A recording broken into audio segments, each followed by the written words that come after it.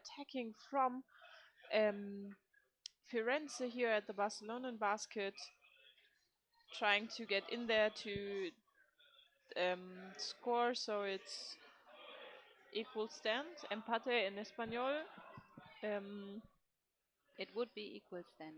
What you can see from the Barcelona's team is that either they are in a wave in an attack or they're defending their own basket. They're like really concentrated playing, and it's like clear positioning. It's like a clear Yes. defending. It's like a really sorted and concentrated playing from the Barcelona's team. So like, this is Definitely. looking like a really experienced team. So here is a chance for, by passing right through the Barcelona's lady, is like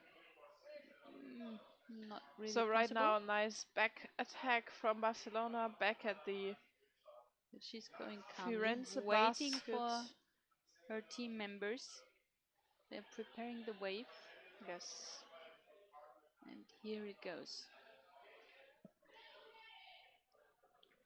So that was a nice attack Yeah, and from. successful tackling, disturbing the attack at the goal.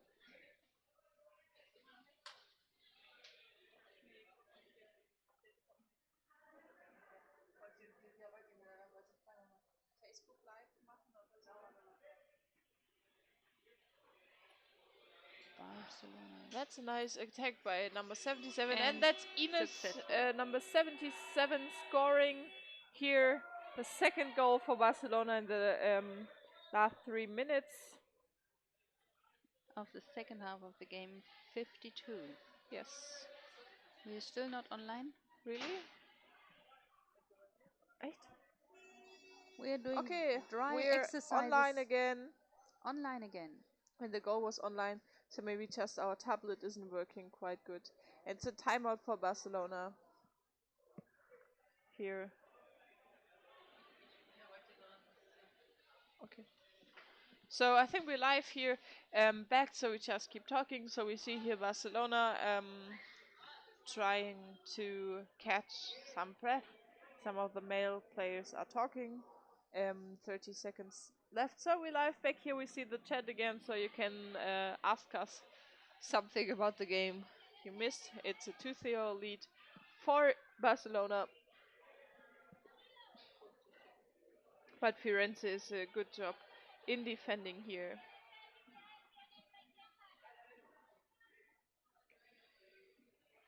That's true. Yes. They are just defending, not just, they are defending really well and Yes. tackling away.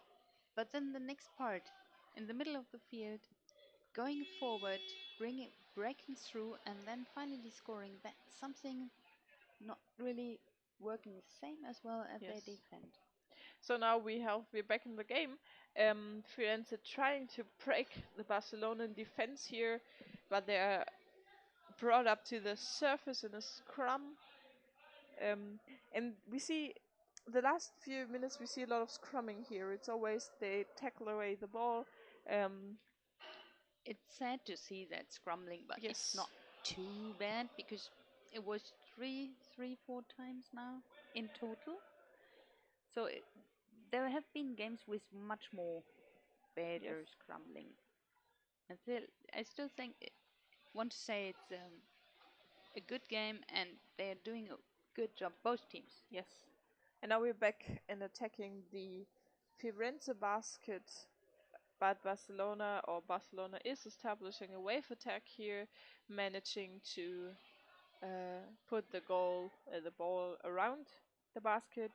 There's no defender, and one of the Barcelona girls is trying to get in there really heavily. We're tracked up a little bit into the middle of the pool, but now they're attacking again. Second wave here, but Firenze defending. So you would vote for another goal for Barcelona, making it to a final outcome of 3-0. You think so? 1 minute left. They're just A trying to. I think they don't want to go back to chance. defense, so they're just trying to be very. So that's number 17 here, and Oh, she missed, but recovered by number 12, Eli Senda. trying here to get in. And that's another wave attack. So it's like 40 seconds left in this game. Barcelona is leading 2-0 against Firenze. They played at the Three Nations League, where Barcelona, I think, normally 30 seconds win. left. And It's, that's nicely recovered by the goalie number 21. Who's number 20, 21? Do you have the team list? From Firenze. Here it is. It's Stephanie Stefania. Cocker. And that's, but now we have another counterattack from Carol Again, here defense successful. from Barcelona. Recovered. They really from- try to do the forward checking, because Yeah. the goalies and defenders of Firenze are doing a great job here, but Amazing, they're amazing. stopped in the midfield by Barcelona players, and And that's end of game, game 52. over. Barcelona wins. So finally, no successful, but it was a lot. There were a lot of chances in the last few seconds, like what we've seen, like really raising adrenaline in the box of the commentators. Like, is there a goal? Is there another goal? Yes. And then the successful defending from Firenze just avoided it. Great. In the last moment, we already saw the ball in, but it wasn't. It was Yes. like really. So great. Barcelona is coming out of this Champions Cup as with a nicely placed number 7 here of 10 teams playing. Position number 8 is Firenze, number 9 is Helvetia from Switzerland, and number 10 is Connecticut Makers. The others has to they will play. And I'm saying goodbye and giving over to Totti. Totti, do you want to join in? So I'm just leaving you two here. Goodbye and see you later.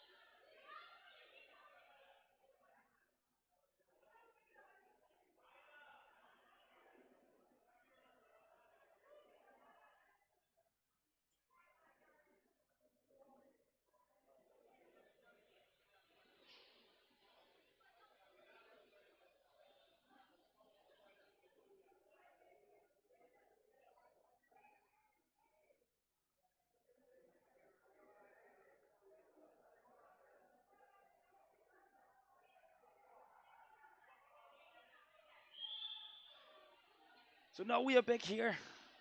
Champions Cup 2019. Next match, game 53 of the day.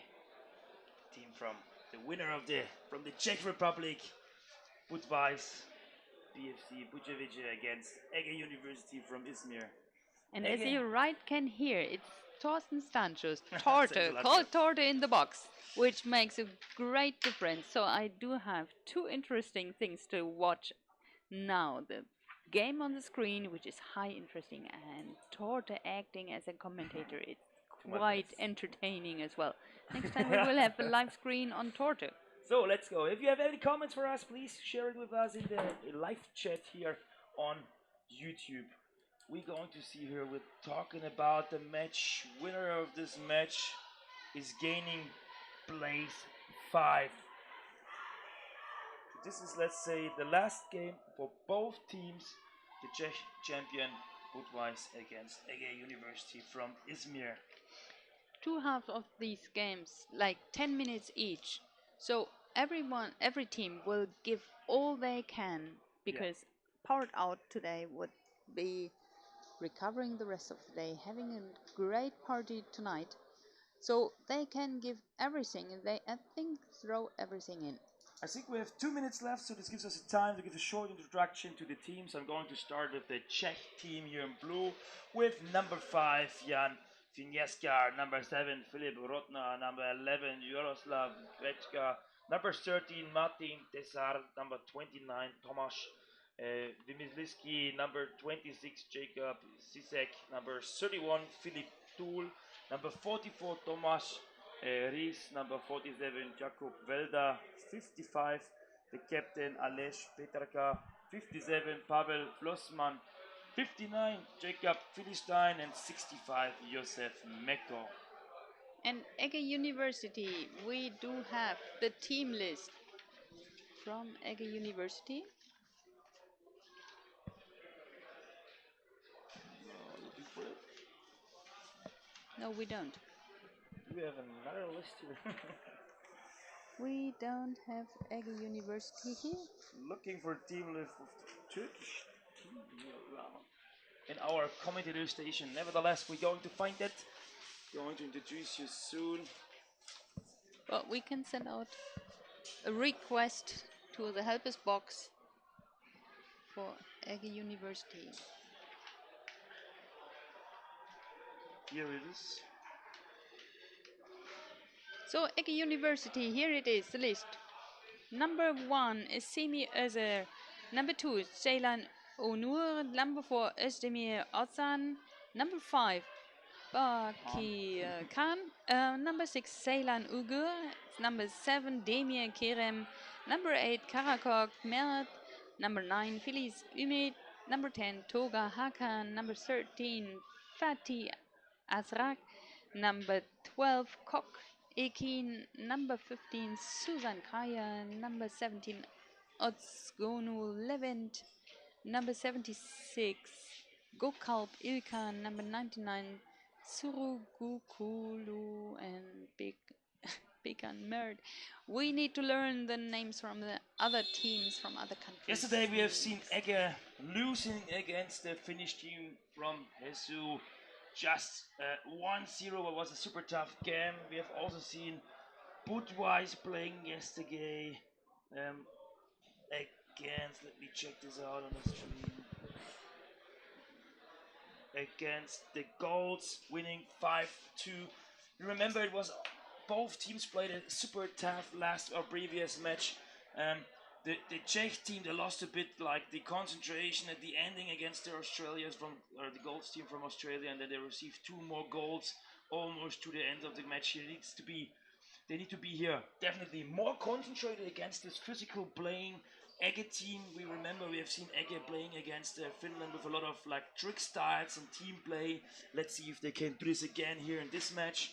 The Turkish team here playing with jerseys, and the Czech team in blue here with the naked upper body. And here we see the first attack here from the open side.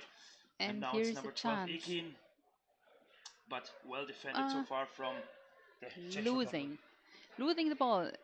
And Budjovice or Budweis? I would say Budweis. Yeah, it's easier for us. But next time we will learn the names and learn the other language. Here's a struggle. So going to the surface, we don't see it, but both teams have team members under the struggle for the next opportunity to go ahead, start the counter attack, or just go on with the attack on the basket of Budweis. Ege University with a chance, but that was the other team member. So the attack is stopped at that time. Counter attack not going forward, struggling in the middle of the field.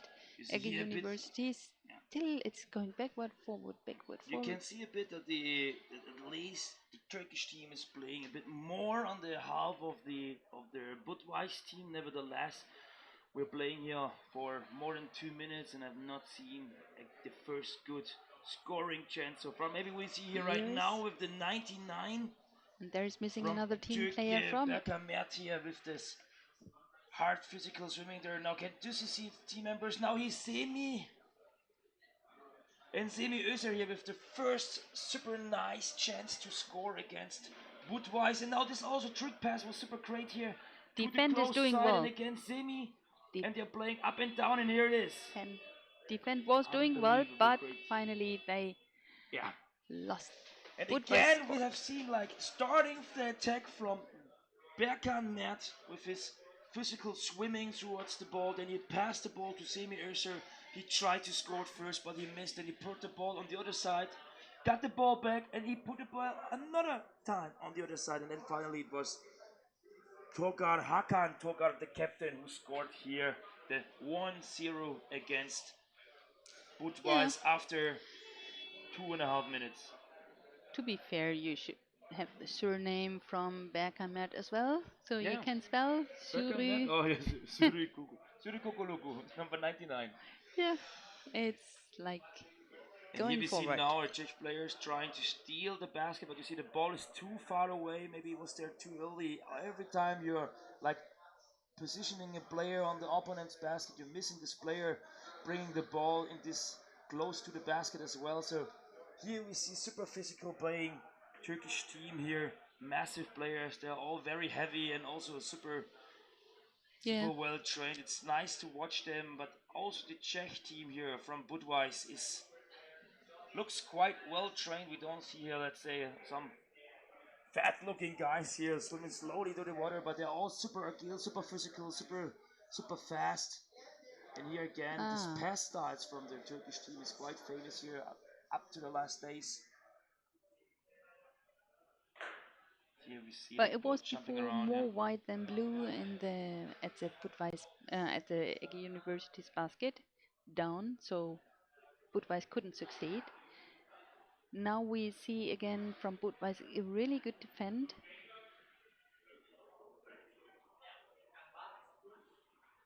At least the playing stacking a bit now. This is also so you see we have recognized the last games that Turkey is sometimes trying to make a certain level of blind passes that just know maybe they discussed and argued who's going to be where, and then sometimes they're just dropping the ball just to pretend there should be someone or there will be someone, and but in the recent passes or the recent situation it didn't work out. So this was well done here by the Budweiser team here to defend here. Nevertheless, we're still waiting here for the first good chance here from Budweiser so far. The, let's say, majority of the match has taken part on the Budweiser side of the pool. And now we are here stucking a bit in the midfield, and we see the Turkish team here playing around. This is what they're doing. They're swimming. They're trying to trick the opponent. They want him to be confused, to not see where's the ball anymore. We see here a player on the surface in the corner, pretending that he's having the ball, while the ball is coming from the other side of the pool now. Downstairs, this is such a trick game they're trying to invent here or to start. Nevertheless, well seen by Budweiser here. And here we see the goalkeeper in attack with the Turkish player. Nevertheless, well defended here by the captain of Budweiser. Who's number 15? No, Budweiser. Yeah. Number 55, Ales Petaka here was grabbing and scrubbing the ball and bringing it to the surface. So far, more than 6 minutes played here in the first half. 1-0 for Ege University. Scored by the captain, Hakan Toga, assisted by his goalkeeper, Zemi Özer. And now we see here the ball in favor for the Budweiser team here in blue.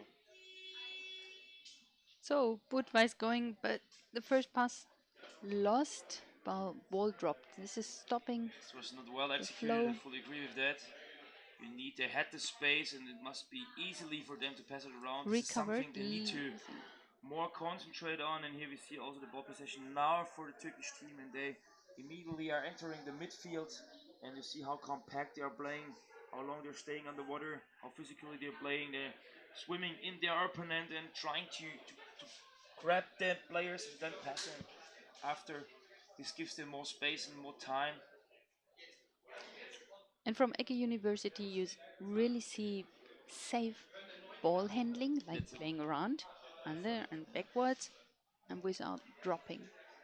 And you see certain attacking patterns. You quite often see this player on the open side of the field waiting to receiving the pass, while another player is coming here from the closed or even from the center of the match. And also this half level attacking again here from number 99, Berkan Mert here, coming from like initiativing or being an initiative for the attack wave. And this was a well catch from well deserved because you in front. Definitely. Like, He just was holding the ball in front of his face and he just grabbed it and said, okay, quick reaction. Thanks a lot for that. So both teams are playing a high level. Both teams are playing on the World Rugby for years. Both teams are like having their squads for a couple of years and also playing here. Players here played on top level for years. So this is quite well. You see a lot of high level techniques here in defending and in attacking. Nevertheless, there's a favor for the Turkish team. They made the first score and they're closer to the second. Then Budweiser team is here to score their first goal. Although Budweiser is really And now we defending see well. Semi Özür again. He's stealing the basket. This was something he could do A even in a risky previous pass. match. Nevertheless, he was not getting the ball, but it's also a typical pattern. So they see some players they're trying to use the given space by the opponents here. So the Czech Republic or Budweiser really needs to take care here, not playing too open. And here again we see an attacker, but the defenders are doing a quite well job on the Budweiser side. So they're lying here now, and now it's 99 Berkan again, who was starting the first attack, pushing the goalkeeper's head away, trying here to score himself, but he failed, and then it was, we've not seen exactly the number. It is really impressive to see that. So Hakan initiated the attack, then he passed. The ball got to number 99, who pushed the goalkeeper initially away, then he passed on the other side of the basket. And who finally scored, we could not see here. But there was a second goal from the open side of the basket. That was a chance. Initiated by Berkan Mert, number 99, who pushed the goalkeeper's head away, but then were passing the ball on the other side of the field. This is super pity for the Czech team from Budweiser, because it was almost the half time was always gone, and then now they are with a 2-0 behind. It's much more harder here to come back in the match. Let's see. So far we have not seen a super nice chance for Budweiser so far. Not even. That's true. Not even a close one. They have not been. They're losing the ball in the middle, or when they're attacking, and that's something you pay immediately for. Definitely, they're trying to keep the ball. Keeping the ball position, but their passes are too unconcentrated. They're not how do you say? They need to be more strict in what they're doing. They're doing the right things, but they're doing the things not well enough. Not well enough. For example, the free throw. I don't know. It was a minute before we have seen the second goal. They were on the surface. There were no Turkish player really bringing a pressure on their executor, and they just were passing the ball down, and it dropped to the bottom. Yeah. Not even one single pass without being interfered by someone else. And this is a lack of concentration, or a lack of playing proper. And they need to change this in the second half to come here back to the match. So far, Ege University 2-0 in elite. We have seen one goal from the captain Hakan. And the second goal, we could not see who it was, but it was assisted by number 99, Berkan Mert, who pushed the goalkeeper's head away and passed the ball on the other side. There was someone waiting, and he was just dropping the ball into the almost empty goal. So far, Ege, if with this result, would be the fifth. We're gaining here the fifth place at this Champions Cup, but still are 10 minutes to go with 1 minute left here in the halftime break. But still, Budweiser is doing a good job in the defense, and that's something I saw really dense, close, and when it was looking like Ege University would nearly come to score. Yep. Defend what they're tackling and grabbing the ball and stopping the attack. So this is something I will maybe cover and copy for my training. Yeah, I'm a bit wondering right now when I'm seeing the bench of the Turkish team, because I'm seeing here just 3 players sitting around. I don't know if some players have already left the team, nevertheless, or if there's some for a toilet break or something like that. But because of the team list, we have more players. We know that the Turkish team, they started the tournament with just 8 players in the first match against Molde. The team was not complete and they lost 6-0. Later on with the full squad, they just lost 1-0 against the Finnish champion from although Helsinki. less team members. Yeah. And right now, back on the track, maybe it might be that they're just here with 9 players. So there are 6 in the waters, 3 on the bench. We see a Semi Özür, who was assisting the 1-0, and Ekin and 11th on the bench. Back in the game, second half. And getting the ball successful. well started by the Turkish team. They Yeah. brought the ball from the bottom, pushed it up, so they were using all the three dimensions.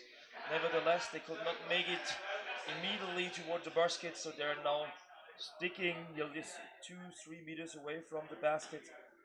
On the other hand, you need to consider Ege does need to score. With this score, they are fine. They are winning. They're on lead. So it's up to Budweiser here to do some action, To do the to do the job, to situation change. to To do change the the job. game. To change the game. To change the picture. Yeah. Do you think they still have a chance in 10 minutes? 10 to minutes is a score? lot of time, and we have seen also yesterday that, for example, that the Budweiser team, they were leading, I think 4-0 or 5-0 against the Gauls from Australia, and then they got 2 quick goals. So with just one goal could change everything. Just imagine Yeah. Budweiser would make you a fast break, a counter attack, and would just make the 1-0, the 2-1. Like upcoming goal, and it would completely change everything. And now we see again. Oh, well done here by Berka Mert, number 99, who was almost scoring, but the ball here was Number 5. holding. The goalkeeper defended with his head. He pushed with his head the ball towards the wall. It didn't trip in, and later it was number 5, Khan Bakirkoglu, who scored the 3-0 here in favor for Ege University from Izmir. 8 minutes left here in the second half. Quite dominating And here. 3-0 now for Ege University. So here Quite they go. clear here so far. So now it will be super hard here for the Czech team to come back. And you see here again, it was just one pass, and even this pass was intercepted here by the Turkish team. They need to play more closer. This pass was too long. It was coming from the surface up almost to the ground. Nevertheless, the Czech team could receive or like gain the ball back. So you could use the. So fortunately, they're still here in ball possession. Nevertheless, they need to stop this swimming into the opponent here and being crept away. Also, the single attacks here. This is too less to score against the Turkish team. They need to be here as a team underwater. They need to find each other. They need to pass each other. They're just starting single attacks, and this is too easy for the Turkish team here to defend.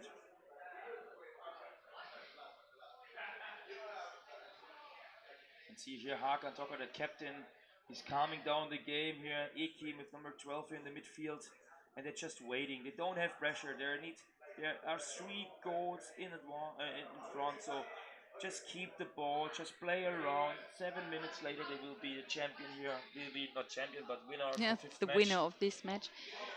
That was in the first minutes of the second half. It was to be seen that they still keep going and don't relax on the success they already had. And here another goal prepared. And still, Ege University has team players being at the right place in the right moment to keep the attack. And Budweiser is doing a really well defending job. But Budweiser is already struggling. You see that when they're gaining the ball, when they're getting a ball position at the basket, the players are trying to get to the surface to breathe as fast as possible. You see that they're running out of breath. That is super stressful for them here. That the Turkish team is doing a super nice job here to rise the pressure close to the basket. So they're gaining the ball. Nevertheless, they need to go up to the surface. So they are really bringing everything in the water what they have. And here we see it again, just 3 players on the Izmir bench. So it really seems like that there are some players have left the tournament already or not playing here anymore. So initially they started with 8, now they are 9. Somewhere between they have been 12. So it's really a changing part for them. But they are still successful with 9 players in the water. Yeah. So this is really something to admit. And they are still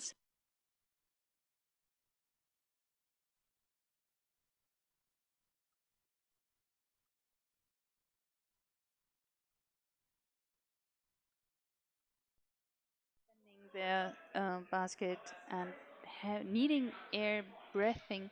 There need to be a counter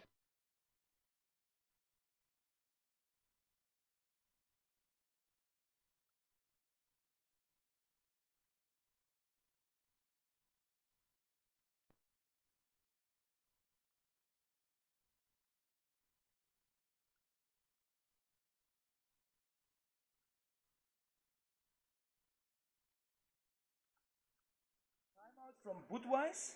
Budweiser was taking its timeout. We have 5 minutes 40 seconds left here in this match, and Budweiser needs to make. And this is another great team attack, team performance here. We've seen Ekin passing the ball towards number 2 Onur Ceylan, who was then trying to score from the open side, and you see this is really a proper pattern here. Well done, well played here. Now it's number 6 here who is in this goal. Onur Ceylan, the brother. Initially it was his brother with number 2, then later on it was number 6 here, the brother who tried to score, and this is 2 times well defended here by the Budweiser team. They've seen it coming and they could defend it before the ball dropped into the goal. They got in ball possession here, and now they're having a bit space and a bit time to swim. Nevertheless, they're too far away from each other. They're too long alone. You see, it takes much too long. Takes too until much the time. player are getting in position, until they're starting to pass the ball. At least until they have someone to pass.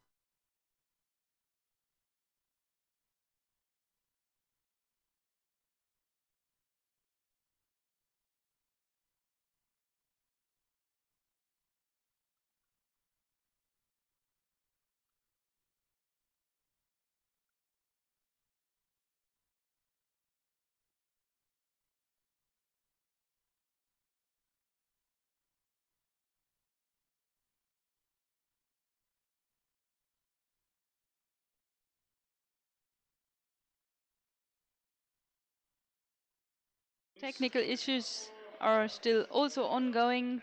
That is something I think you sometimes we are doing now here on hop This is off. another great team attack here. You see that this defender was missing his position. There was a big gap here in the defense, and this was used but not fully executed here by the Turkish team. Even the Turkish team is 3-0 in the front. They are still attacking. Nevertheless, it doesn't look super physical, super engaged. More or less, they're just happy to get some chances, but also not fully willing here to make another one. So they're not that aggressive, playing around a bit, playing with the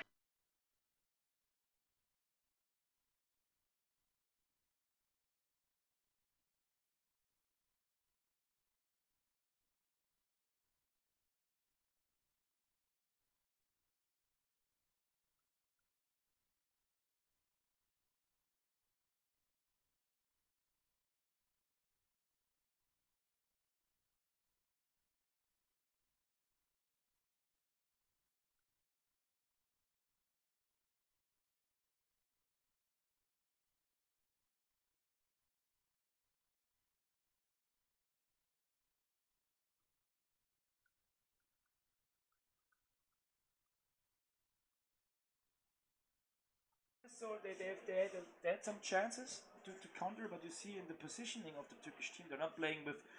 So you see here on the surface, for example, this is the goalkeeper. So they are all almost with all 6 players in the opponent half, or at least waiting in the midfield. So at least to make here a proper counter attack against this team, you need to be with 2 players. So one player needs to swim into the goalkeeper and then passing the ball through, and then the other one has a real proper chance here to score.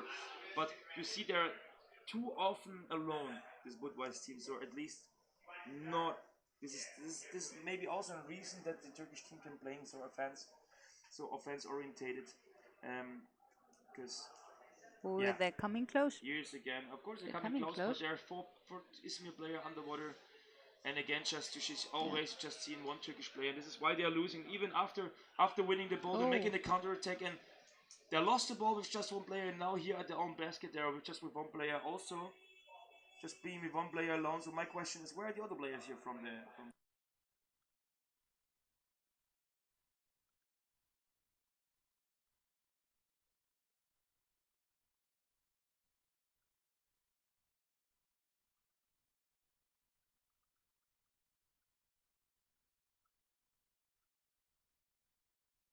Cup we are playing. The winner here will be the 5th of this tournament, gaining the 5th place. And almost 1 minute. So we are right now in the last minute of the game is starting. Hopefully we can see here a nice, maybe one more good attack here from Budweiser, but again, ball got lost. And Turkish Always players are good movements in single person, single moments, really think this is a chance. But then the second step is missing. Yeah, the second wave. It's always the players are the individual good players, but they're too often alone, and other players are.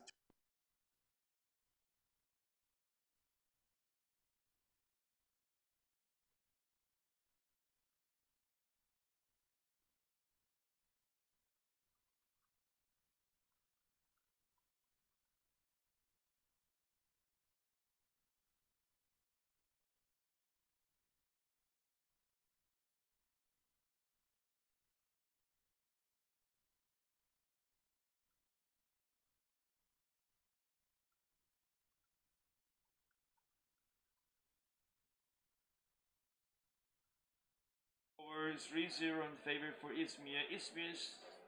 Therefore, Izmir is fifth, gaining place 5 here on this 32nd Champions Cup here in Berlin 2019.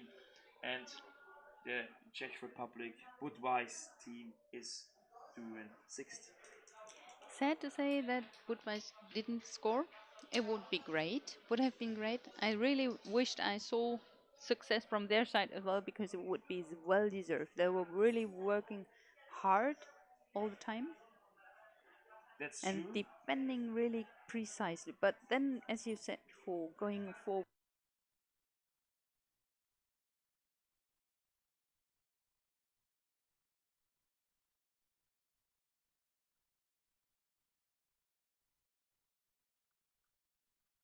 Oh, that's a relaxing part. That's something you rarely not don't see often. Yeah, that's true. There, it's mainly there are completely different strategies. You have some teams, for example, in Germany.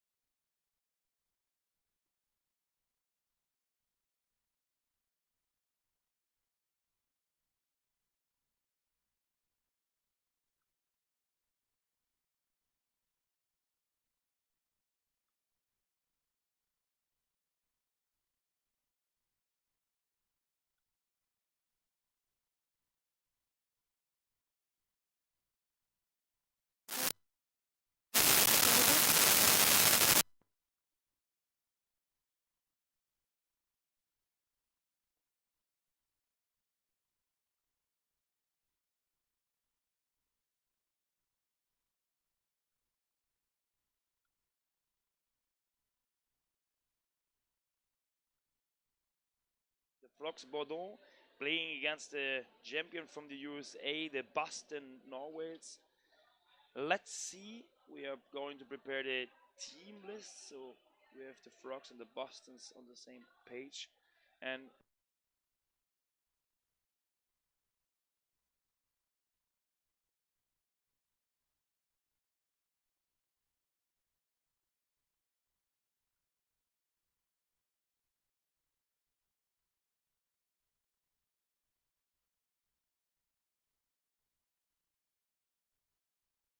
the team.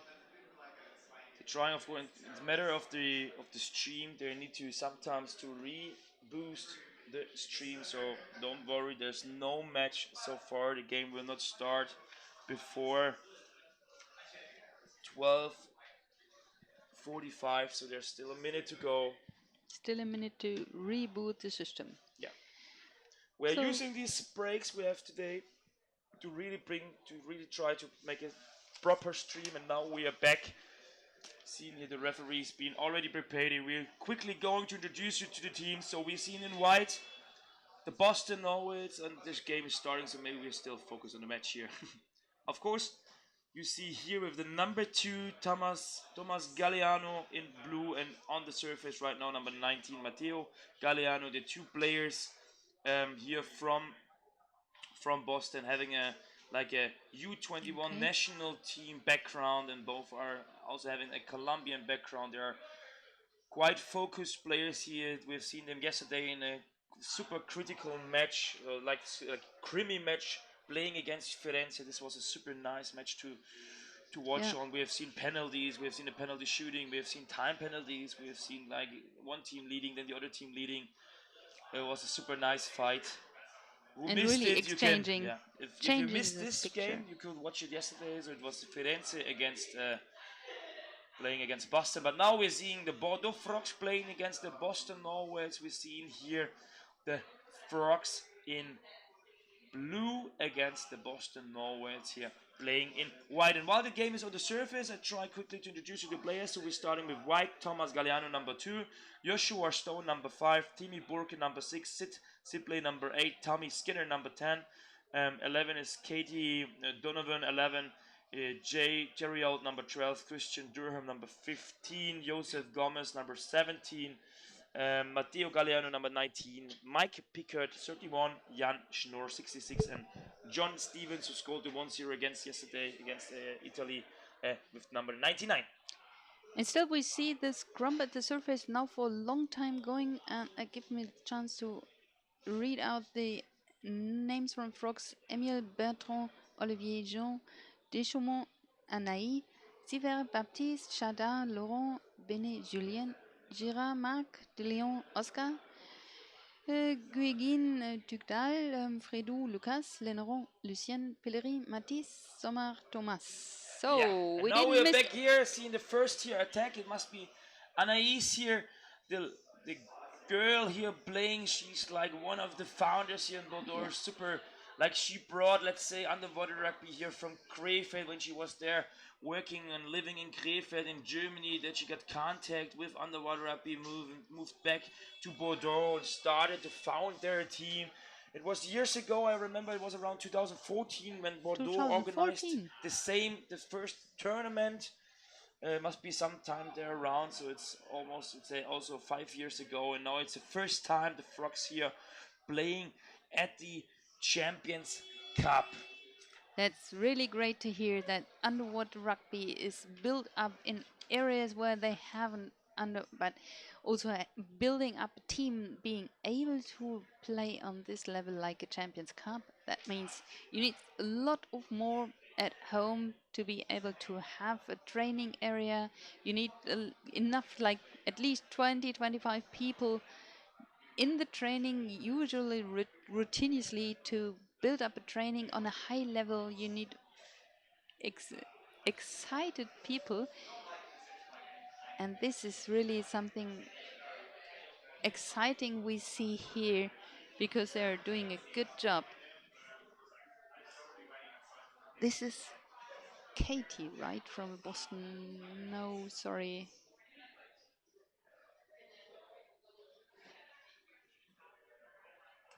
And now we see here Boston. There was Thomas Galliano who's playing the pass to his brother. So these two guys here, they're knowing each other quite well, and they're trying here, of course, to try and hear some team attacks here, as we've seen it, for example, yesterday, but also other players like Mike Pickard or Tommy, the captain, who defended the final, Tommy Skinner, who defended the final penalty. On the other side, we've seen the Frogs. They've played like at their first match against USZ Zurich. They lost 6-0. It was on Friday, and Let's say if I can find some other results of this team. So they Here had a we very go. tough match against Molde with a 20-0.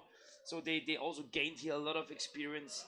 Being here the first time is always hard because you have these strong physical teams here, well playing teams, well trained teams, and for many of teams, even newcomer teams, is a certain level of learning, a certain level to see where I am, where's our level right now, what we need to improve, what we need to train. So it's a good exercise here to see, okay, where we are and where could we be. Where could we be? And it will take the time to improve, but we will see, and not but we will see for sure next year a team which is quite different, much more experienced, and this will be a game-changing situation. Then we see a team playing for other So positions far, I think, as right now. we have not seen a. I'm not sure if we have seen. So we just have seen the Frog players against playing against Zurich, as already mentioned, and played against Ege University. They lost 14-0. They lost 20-0 against Molde. Nevertheless, a super tough playing team, and still here in the games or this match against Boston, they are really trying here now to play for their first victory, for their first win in this tournament here, to write, let's say, history, to be the first French team here, the French champion, and playing here. We know there are some other teams going on. So the big difference between both teams or countries is that there's not the real proper league in France. You have some teams playing there. You see, you have Bordeaux, you have Toulouse. There are some players in Paris.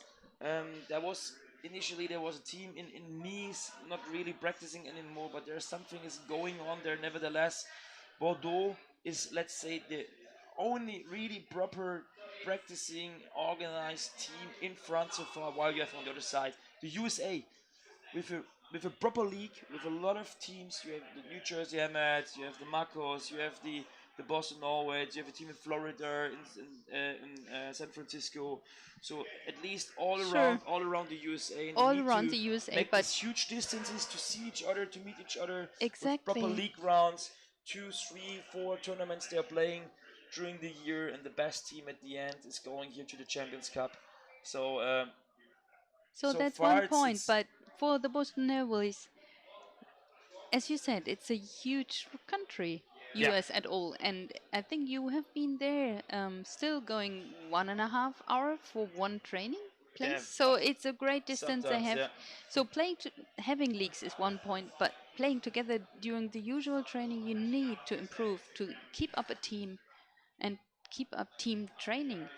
That's, I think, the challenge in That's US. true. That's true. So far, we see this is quite nice to see here two equal teams here now. We see here wrestling.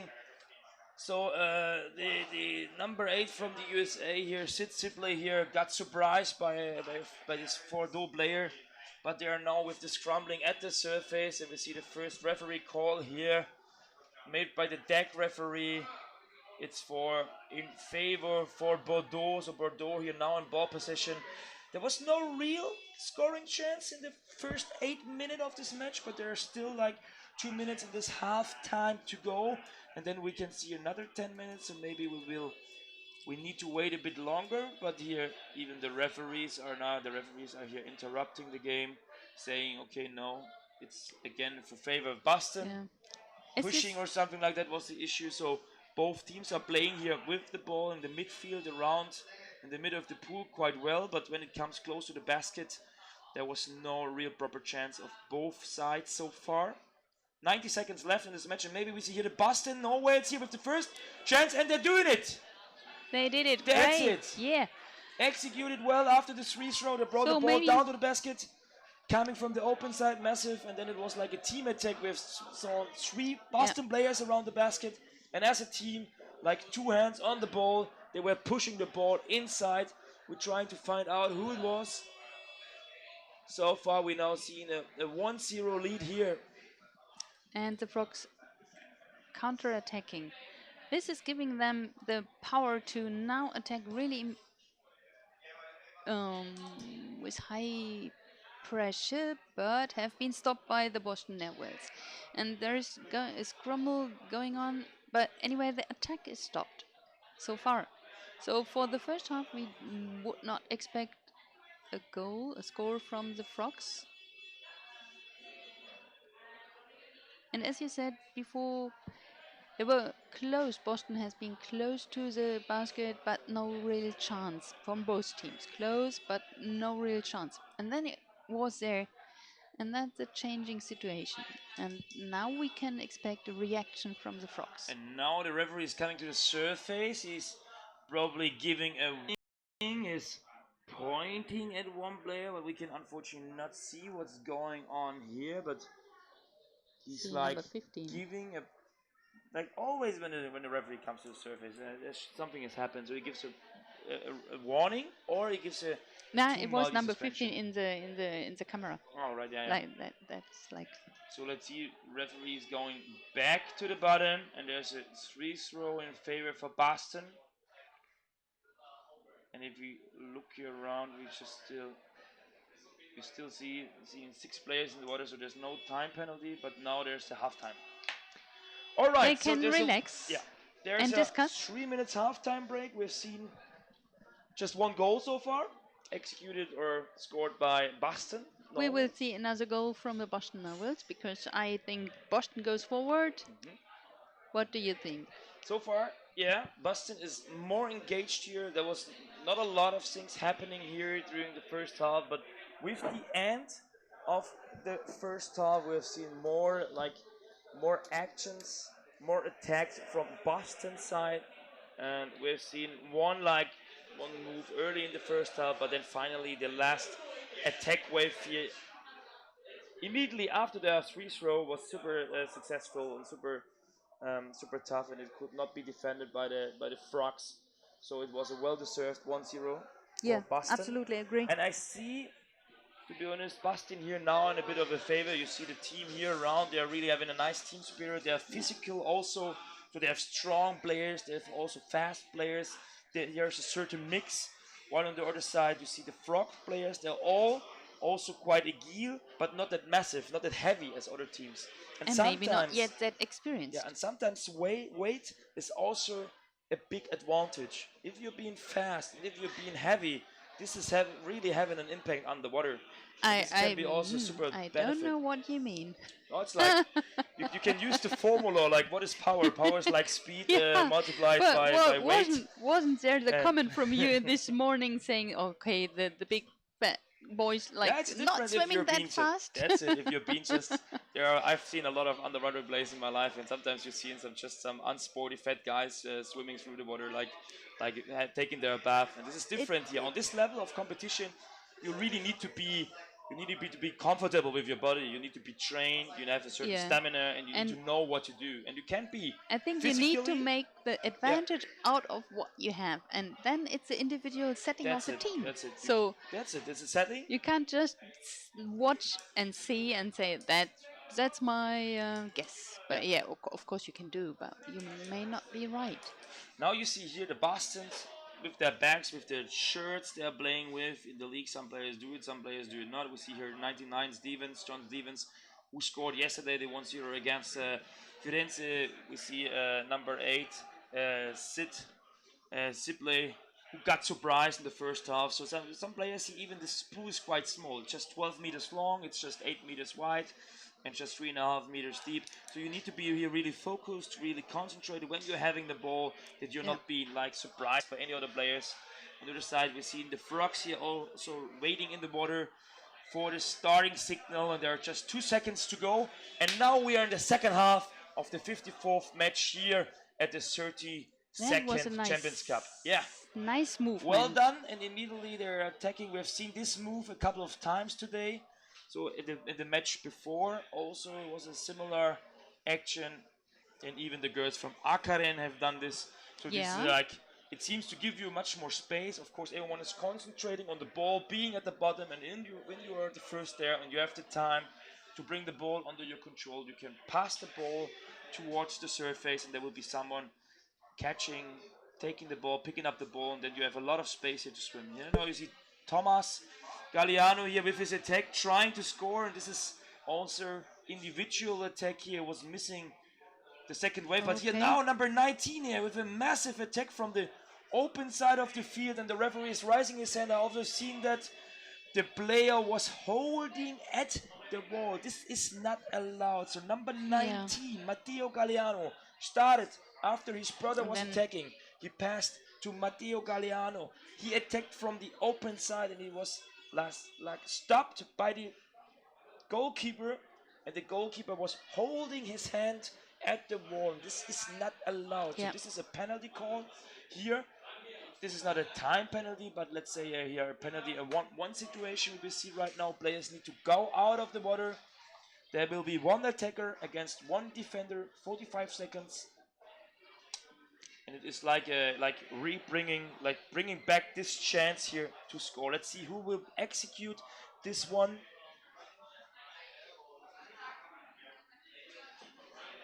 Number 6.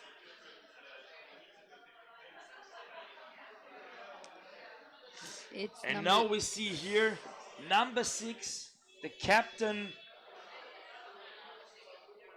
Timmy Burke here, is doing it himself, and he's trying here in the fight with the number 2. Unfortunately, we don't have a team list from the Frogs with numbers, but here we can see, this ball got lost, but he gained it again, and now he's doing it while the Frog player is going to the surface. This was well attacked here. Timmy Burke here, number 6, is scoring the 2-0. 20 seconds left. Yeah. So super tough here also for the defender to staying 45 seconds underwater by this level of pressure. Really fast. Timmy Burke here scoring, the captain, number 6, executing, scoring the 2-0, and now we are here. 8 minutes left in this game. And the Frogs still absolutely engaged. And it seems like they're empowered by receiving a score from the other team. But having this spirit all the time would bring them to success, I think. At least the Frogs team knows how to score. They did it yesterday when they played 1-2 against Firenze. So they lost 1-2. And now this game is about who will be let's say the last place in the match. If the Frogs are going to lose, they will be, let's say, making the 13th place. At least it's the first participation. At least they scored 1 goal. Unfortunately, so far they have not won any match, and it looks also like here that Boston is the dominating team here with 2-0 in lead. 7 minutes to score twice is possible, but super hard here, and so far I don't know what the Frogs will change, because they are well structured in their defense. Nevertheless, they're lacking, they're lacking in gain, or calling up their potential in attacking. They didn't have a super proper chance to score so far. Nevertheless, let's see. 6 minutes, 40 seconds left. As you said before, the Frogs are an agile team, so this would be their individuality, like the chance. And being in the struggles like we saw in the last minute is like energy and power consuming and killing any agility the Frogs could bring on the table here. And this is a really big scrum. No one under the scrum. Now the Boston there was, but it's not clear, going up and down. With a question here from the live stream here, Christoph Barzinski is asking, is Philip is playing? No, Philip, I guess you're meaning Philip Mund. He's back. He moved back from the USA to Sweden, being now a part of being in Scandinavia, is being part of Scandinavian teams. So Boston is coming here with a club team, and also with the players they've just played in the league during the last season. So Philip Mund, the well-known player here in Underworld Rugby, is not here this year. We do have 5.5 minutes left. And if you have any other players here now, of course, he's playing with Flipper. Thanks for the feedback, Diana Madden. So so he's back in Scandinavian, but now playing for Flipper, as I guess he's living or working somewhere around Copenhagen. So now we see here again Boston in a dominant position, as you said before. Oh, super nice. And here Tommy is not seeing the ball falling back is playing, but here's like Matteo Galliano now grabbing up the ball, passing the ball, and this is also a nice attack from his brother Thomas, but he missed the chance to score here. Well defended here by the Frogs. 5 minutes left here. 2-0 lead for Boston so far. And really hot defended by the Frogs, so to say. Hot Frogs. And here now the Frogs with the first counter attack, but stopped immediately here. Matteo Galeano here is a well experienced, playing what matter of his positioning. You see him and his brother, they're playing forwards here, and they're making a lot of pressure. They're making a lot of trouble for the Frogs here. They're not able really to reach the opponent side of the pool. And again, it's Boston and ball possession here. And again, you see the two brothers here playing a ground, playing the ball. And there's a referee call. Something, ball over the surface. So they drop the ball over the surface. It's in favor for the Frogs. And let's see. We've seen in the game before a nice attack immediately. Or we've seen the Boston executing their first score immediately after a free throw. Maybe we can see the Frogs here as well. But so far, you see 4 players underwater, and it's just Thomas Galeano with number 2 who disturbed the entire acting here. So it was just one player who stopped 4 players in let's doing their job. And this is if the team is getting super confused, inefficient. Super inefficient. Concentrated, you can do it like this when you are the experienced single one. Yeah. So it should be never that one player is like stopping 4 players and doing what they want to do. But this is what happened here right now. And this, of course, is rising these gaps, is rising the power, is rising the opportunities here for the Frogs. But now maybe here we see number 13 here on the open side. Unfortunately, the attacker here has not seen him. So, well, Frogs are doing here, trying to establish their first team attack. But trying to start an attack from a close struggling corner. and bringing it in action. And So already far Frogs in position at the basket, but the attack was not going forward. Stopped from the Boston Navals before it even started. So it's some defend and pre-defending. It's really successful from the Boston Airways. That's it. So far, again, ball at the surface. A referee call. Referees are coming to the surface. There's a free throw in favor for the Frogs from Bordeaux. But still 2 And there's scores timeout. behind. Time out from Boston Airways. There's almost these I think are 3 minutes relaxed. left. 2 goals. 2 goals to do. Super tough. Not possible, but super tough. Yeah. So the Boston Airways on the safe side for successful closing this game. Yeah. Yeah. Boston is doing here a great job. So there was no. They just didn't. I have not seen any real big mistake in their defense. They had these players at the basket and the defender. They're taking their position And they keep early going. enough, and they stayed super long underwater. So they're not played risky. They're not played like open. They're not playing just with luck. It looks super professional, super organized. And even the forecheckers here, Thomas and Matteo Galeano, are doing a great job to bring a lot of pressure, bringing a lot of trouble to this game style of the Frogs. So the Frogs they're not finding here a proper solution, opportunity here to get close to the basket, to starting their first team attack. It's just, again, here we've seen the Frogs executing this free throw, but still, again, after one pass, Boston is in ball possession. And this is like something they need to improve. These are standards, This is the minimum thing.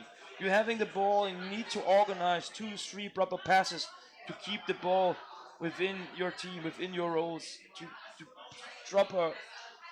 get here more ball possession. Now it's again Boston. We are in the last 2 minutes, and we see here Mike Pickard here attacking from above, passing the ball, but he lost it. And here again now the first, maybe a counter attack here from the Frogs. Number 73 are passing the ball. Going, but three Still, Boston they need to break Whales up, in they need position to stop already. their attacking and then going back to the surface. Now here maybe the first attack now. It's the first time that the Frog players with the ball close to the basket but being attacked by Mike Pickard, and it must be And Thomas even if he Galeano, would and immediately it was stopped. Even if he would recover, there's no one under the scramble to Yeah. just go forward if the team member would release the ball, recover the ball, and get the hands free to And play now- the pass. And now we have less than 30 seconds here left in this first half, and there's a comfortable 2-0 lead for the Boston Norwards, and I predict that they are going to win this match also by 2-0 because there's You not a lot of things that are predicting happening now. here. It's super easy Yeah. for them. They are playing in the offense, they are attacking, they're feeling comfortable with that, they're playing physical. It's hard and difficult for the Frogs here to gain the ball from or Yeah. to win the ball from the strong arms because you see they're attacking, they're forcing the Frog players to keeping their defending position, to staying close to their baskets. So less All the attackers are time. here available trying to gain the or to win the ball. And again you see these waves. One is attacking, pass backwards, another one is attacking. Here another chance maybe for the Frogs, but you see he's completely alone, being attacked by two Boston players and, Waiting too long. and waiting too long. It Waiting too takes long. too long for the Frogs here to move from defense And to offense. turn around again. Yeah. And here maybe we see ball got lost, well defended here by Mike Pickett. And again, Boston this kept game going is in a high over right pressure now. constantly Was all the great. time, both half Yeah. of the game. At least was a great match, well deserved by Boston. They like put more in the water. They had more attacks, had a better strategy. We've seen the 1-0 goal immediately after the free throw. So they took the brief and then they came down massively, and with three players they Yeah. scored. And then we have seen another attack wave resulting into like this team attack. Thomas Galliano attacked first, passed to his brother. He attacked Yeah. from the open, Genau. from the closed side. The Frog, the Bordeaux goalkeeper, he like stopped the attack with holding the ball. This was not allowed. And then we have seen later Timmy Burke, the captain of the number 6, scoring the 2-0. And this is well executed. 2-0. With this result, I guess the Boston are becoming 11th, while we see Firenze probably on top on the place 12, and here the Frogs being place 13.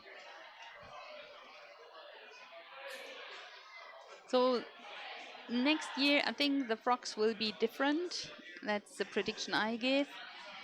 With having now everything on YouTube, you can use a video from the game as a training basis, training material for all the next training lessons they will have. So there's a lot of things they can change. And the agility they show in between is something they could keep. So next time Boston Airways will see the Frogs will of course get the food in the door or the ball in the score in the basket. They're And trying their best, but will be now we're going on different. to the female competition. We've been back with the ladies, with the girls in the water. Seen here right now the team from Vienna playing against the Copenhagen girls from Amager UVR club. Both teams have shown here super nice performance during this weekend. The Amager girls here are with a little handicap, just playing here with, I guess, 8 or 9 players, so they don't have a full exchange bench. Vienna, on the other hand, they're not, at least they've started like founding their team just a couple of years ago. Nevertheless, they've done here a super well performance, especially when it comes to defending. So I was super surprised how consequent they are defending, how often and how long they're staying underwater with 3 and 4 players. We will see hopefully also during the match it will be like super strong individuals. And from Copenhagen, Amager playing here against let's say a well-trained, high-level stamina team from Vienna. And yeah, it will be nice to see who's going to win this match. We're looking for the winner of the who's getting 4th and 5th place Yep. of this Champions Cup. And with me is Lorena. Hi, Lorena. How are you doing? I'm well. I'm back. Who do you think? We have a favorite somehow, or it's a bit of a surprise, right? I mean, It's I don't always know. a surprise. I will like this good thing here is that you have two teams. I was really supporting those.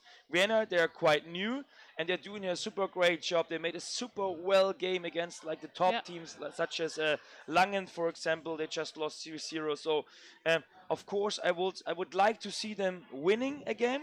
On the other hand, you have Amarga. We remember last year they have been Yeah. here third with just seven or Seven, eight girls. seven. Again, they are being here back with 8 girls. Always seeing like this team spirit. They're playing together, like Yes, it's the, they're just 8 against the rest of the world. And also this story is super nice to see. And maybe, to be honest, we'll see. yeah, I'm not sure. I, We'll I, let- I, I would, I would, I would just say I would like the surprise that Vienna is going to win. Yeah. But let's see, Amaga is doing also a great job, and hopefully the best team will win at the end. But maybe let's That's come it. to a team list. Yes, here we have, look, have Amaga and Wien both. You wanna Perfect. So rate? I'm going to start with the ladies from Vienna. So we see here with number 9 Ulrike Janowski, number 18 Sabrina Scheuer, 23 Magdalena Wirtz, 26 Jacqueline Hayes, 29 Sophie Bartenstein, 32 Stephanie Popp, 36 Elisabeth Schwarz, 37 Denise Schmutz, 44 Daniela Neunteufel, 52 Theresa Vian, 64 Doris Neuberger, 70 Monika Spöttl, 77 Sabine Führer, and 93 Decker Nausicaa. So before we're going to introduce now the Danish team, let's see what the game is bringing. So far we are in the midfield, still looking for the list of the Danish girls. Of course, we also want to introduce you to the Amaga team. And if I find the time here, I'm going to start now to introduce the ladies from Amaga. If you can see the numbers, you can follow your players. It will be number 2, Pernille Lina Jensen, number 6, May Lindberg Hansen, number 11, Marianne Heidam, 25, Joanne Bress Wegeberg, number 4, Dina Iversen, 19, Laila List, 95, Mille Rutfeld, and 96, Marie-Christine Lundius. I'm with and- you in a second. I'm just answering Yeah, no some problem. of the, Now of the we are chat. here and we see from the beginning like the Danish team here trying to find a decision quite early in the match, so they're starting attacking massively, and I think this is also a quite good strategy as you are being here just with 8 or 9 players. I think 8 players there this year. 8. Yeah. So of course One more. it may be that you're running out of stamina, of brief, of condition. As longer as the game is taking place, we are playing here 2 times, 10 minutes. Time is running, no stop, and we're seeing here. Oh no, sorry for that. So it was the Vienna team starting here to attack. So it's like the Danish girls here in white being in the defense. So Vienna is here rising or starting their first attacks. And now we're seeing here the Danish girls from Amaga first time being in the opponent side of the pool. So of course I think from a strategic perspective it will be quite helpful for the Vienna girls just to keep the pressure, just to keep the ball down at the bottom, because of course on a long time perspective there might be upcoming gaps here at the Danish girls. Nevertheless, the Danish girls surprised us super often with their Yes, motivation, counter-attack, yeah. with their, like, let's say, Look, before they were counterattacks. playing against who was the team?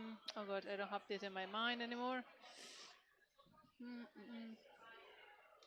they played against the Black Mermaids Yeah, in the exactly. 1-2-0. And the Black Baby had like 6 minutes the ball in their corner, like exactly what is in and now, and they did a counter-attack, and within 2 minutes they score, and they won the game at the end. But this is how, to be honest, I also think this is something Amaga looks Scandinavia- super comfortable in the Yeah. defense. To Uh-huh. be honest, so this is not a team being stressed when they need to take their goalie position. So it seems like that they're really willing to do this. So okay, we will going to defend. Just let them play around. Just Yeah. let them attack. And from the moment we're getting the ball at our basket, we're starting our counter attack, Yes. and we are not doing this. And for our We are goal, going back to the with basket, 8 waiting for players, them again. that's very efficient way, Yep. because otherwise if they're going to be swimming behind the ball, then it's going to be very, very exhausting for the So I'm forwards. also predicting that this match will be mostly like taking part on the Amiga side of the field, not why because they are weaker. It's just a matter of their strategy. You see them; they are really properly lying here at their basket, and it looks a bit relaxed. So they are super comfortable with staying underwater long. And it's just when an attacker comes, you see the goalkeeper here just easily with the feet. She is making a bit space, pushing a bit away. So the Vienna player has to swim more, is losing more breath. It's more stressful for the attacker here.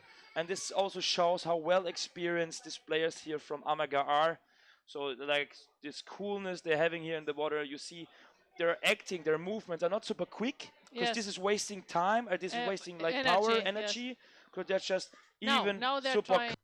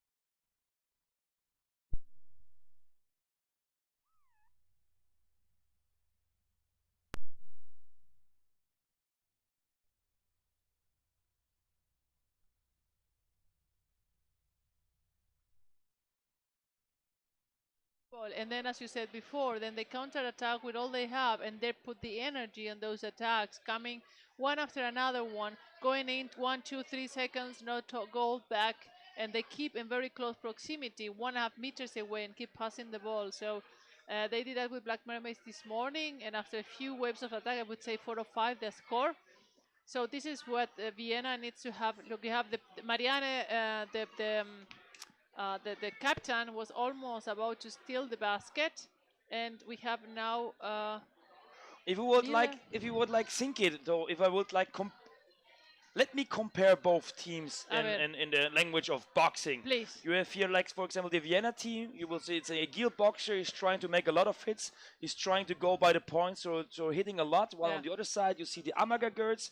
Like, it's more heavyweight, so they're trying to like make one heavy punch. So And they're just knockout. waiting. They're just waiting For for the for this knockout. one shot and like bam, hitting very hard. And this is what we've seen here. When they're coming to the basket, they are very hard. Yeah. And on the other side, you see the Vienna girls. They're coming always, like again Yeah. and again and again and again. This will be the big difference between the both. Yes. We will not see a lot of chances here from the Amaga girls, but when it will be super dangerous on the other side, we will see like the Vienna girls here attacking frequently the goal from Amaga, and then at the end it will show what will be the better strategy. The one, like, let's say, heavy hit, or like the many punches at actions. But it's a nice comparison. Now we have the attacker with the ball on the head side from Amagar, and now she's a bit tackle away, but she could pass it down. Did she reach their other Amaga girl? Yes. And they're still attacking again and passing, but the ball got intercepted by Vienna. In this way, I mean, they have been more effective than Black Knights defending this morning. So now Vienna is counter-attacking, but slowly. I mean, the Amaga team is already in position. And let's see, we have one of the attackers trying to advance, but being stopped by the defender. Now we have 3 Vienna girls and 3 Amagers, one right, left, and center, and they're over the corner, still fighting. And great recovery by the white team that is trying to counter-attack. Yeah, the Vienna team number needs to take 90 care here to not losing the ball that easy. Oh, They that need to was consider that the Amaga girls here with less players, and then they just need to be Holding. more clever. Here, for Yeah. example, they just attack the neck, so attacking the head or the neck, so it will be a free throw for Amaga here right now. So Amaga is doing this super nice. You see the coolness in the water. You see that they're not. It looks like yeah, they're there's like super relaxed. yeah. Well, it's super great to watch it. Of course, there might be also a certain level of respect on the side of Vienna. They're still not like experienced in this business, so it's still their second or third participation here at the Champions Cup for Vienna. Vienna, yes, about they're While the you see, young for team, I example, think 4 or Amaga 5, already yeah. playing like in final rounds and gaining here like pokals and medals. So Holland? No, what was it?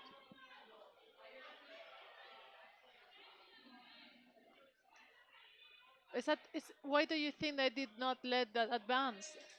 because I mean advantage Yeah, because yeah. there was It's a an good attack question. It's a good question. because It's they just different from referee to referee. To be honest, sometimes I'm because he also would have wondering a why they're chance. not giving, why they're not letting them play. Nevertheless, you see here like all five players here from Vienna were waiting at the surface, and with the signal they're coming down. Now we have this the first massive attack here from Vienna. But well here, the captain of Amargar here is super physically like stopping the Yeah, attack, just Mariana, clearing the situation. She's like grabbing the she has ball. been playing the Champions Cup since I used to play, and this is around 18 years ago. So it's Crazy, crazy. But she's very also strong and very good player. Yep, very experienced. She's now. Let's see, where's the ball? I mean, we're very tight fight at the basket, and I think, yeah, the Vienna girl had stolen the basket for a second there, but Amaga recovered, and now, well, they're again in a position, but that was a very good attack from Vienna, and that's the end of the and first there we half. have it, halftime break. They haven't, I mean, this is the first time where they really, really attacked consequently and very, very close, so that it was very dangerous for Amaga for a second there. They recovered just on the last minute, but it almost was a goal for Vienna. So let's see what the second half brings, because now it's a very, very tight game. The Vienna team needs to be very careful with those knockout punches coming from Amaga that are going to be the counter attacks. But Amaga now needs to really watch out because they were the attack from the Vienna team was a little bit more dangerous. So Yep. I'm standing because Yep. I cannot sit anymore. So we have there seen were- like the last action from Vienna. We have seen all five players at the surface. They were waiting for the referee call. Then they executed this free throw by coming all together down to the surface. This was the only, let's say, good chance here from Vienna. But on the other side, we have seen more opportunities on Amaga's side here to score the first Yes, goal here of the match. So let's say, but the attack from Vienna was more dangerous. I yeah, mean, you think so? yeah, I mean, I think this one they initiative from stole the Leila List basket for was a also minute. quite good, if to be honest. So she came from above, and there was a ball next to the basket, and Yeah, but that was a moment. But Vienna was a was moment. right there for almost 2 minutes, and that's the basket was empty for a minute there. Mhm. And Mariana just saved Just the saved it, goal yeah. in the very I last agree, I second. agree. So I don't know. It's really like 1.5 minutes from halftime. Yeah. People are asking about the next matches, so let's inform you what's coming up. Here we are watching the girls of Amaga and Vienna to decide the 4th and 5th place. Now, after that, we have the semi-final. I mean, the Molde against Gemelina in the male category is the final for the 3rd position. After that, we have the final of the women between Langen and Akaren. They're going to be also playing for 1st and 2nd place. Orcas has played already yesterday against Langen and lost. This morning at 10 o'clock against Akaren and lost, so they already made the 3rd place. Remember, we had this triangular between the women. And then the final that is going to be taking place between Malch and Orcas at 3:15 this afternoon. Así que para los colombianos que están escuchando, las niñas jugaron hoy a las 10 de la mañana. Ellas tuvieron un partido ayer contra Langen que perdieron 1-0. Hoy por la mañana a las 10 jugaron contra Karen que perdieron 2-0. Recuerden que estaban jugando en un triangular. Y como ya perdieron los dos partidos, están en la tercer lugar. La final va a ser jugada entre Langen y Akaren y ese partido va a definir quién es el primero y el segundo puesto, mientras que Orcas masculino hoy a las 8:30 de la mañana jugó la semifinal contra Gemelina, contra los finlandeses, y ganaron 2-0, entonces están en la final contra Malch, el equipo alemán que ganó a las 8 de la mañana contra Molde por 1-0. La final Malch Orcas se va a hacer jugada a las 3:15, and we are back on the game. We are back on the game, second half here. We see the ladies from Vienna in blue against the ladies from Copenhagen, Amager, Denmark in white. And it's the second half. We have seen a 0-0 match in the first half. It was still super exciting. Some physical attacks here from Amager, but we have seen a long pressure period here on the other side from Vienna, close to the halftime break. And now we will see what's going on in the second half. We We see here the Amaga ladies, a tough team, but just here with 8 players, while we have a full squad here of Vienna. And now here, Vienna is like the starting team here, but this was the same pattern as we had it in the first half. This is even something that could be expected before. Like, Amaga is a team feeling super comfortable on the defense, saying like, okay, we are just 8 players, let them come, let them Let them swim. Let them get try. We're tired. going to defend them. Let them get tired, and then it's our time to go there. Yeah, because they're really, really efficient in close proximity. Look at this. They just recovered the ball. It was one try, grab the arm, grab the ball, and they're in position. And now they're trying to start the counter attack. So they're, I mean, it's very nice to watch how efficient they are, how they play. You know, the resources they have. You know, as they care as much as they can. Referee goal, something, free throw against the Austrian team. The Vienna, yeah. Now you see here, they're taking their time, they're taking the brief. They're just 8 players in the water. They're organizing themselves. Now they're with 3 players down. Amarga trying here with double passes to gain some space, but very well done here by Vienna. They're also super focused and coming up. You also seeing the Vienna girls. We have seen this in games before, always with 4 players under the surface. This is from a training, from a stamina perspective, this is super hard to manage this. This is the last game of the competition, the most difficult one. They're exhausted after 2.5 days of competition. And now you see again the Amaga girls here. Will they go here for the first attack? We see here number 19 trying to come from above, Laila List. And here number 2, Pernille Linnert Jensen from above. Passing the ball down, and there it is! The first score here! First goal from Dina Iversen, the goalkeeper here. Scored after the pass from, was it Marie? I need to see it again. It's number 2 here, bringing the ball on the other side of the basket. And then it's Dina Iversen. She's pulling the goalkeeper away and pushing the ball into the basket. So Pernille Linnert Jensen assisted Dina Iversen here, and she scored it a 1-0 in favor for Amaga. And now it's a little bit more hectic all the game now. Vienna is coming with everything. They're trying to make a speed attack and create some more chaos at the area of Amaga. Let's see if they succeed. They kind of woke up, because until now they were moving a little bit more cautious. I mean, they were swimming a lot, but now you can tell, you know, this is spurts of adrenaline when something went wrong, and then you want to make it good again. So let's see. They have to be very careful, the Danish girls, because now it's going to be intense. And it's 5 minutes, because the Vienna girls, what I love from them, that is also in Graz, some of them play in the Austrian team, is they keep fighting and keep fighting and keep fighting. So probably they're going to, you know, put up a notch. And now Amaga needs to really let them come the same, but, you know, you need to stay very much focused, because it still can score maybe 1 or even 2 goals if they make a mistake. So now they're in the middle. There's a pulk of people moving around the surface. There's the captain from the Amaga team, and then the ball was recovered by the Austrian team, and now they're in the surface, almost above the basket of Amaga. And let's see if the Austrians can really start an attack, or if, you know, again they have a pool and they're moving toward the middle of the pool again. Yeah, no, the game is like, of course, for the Amaga ladies here.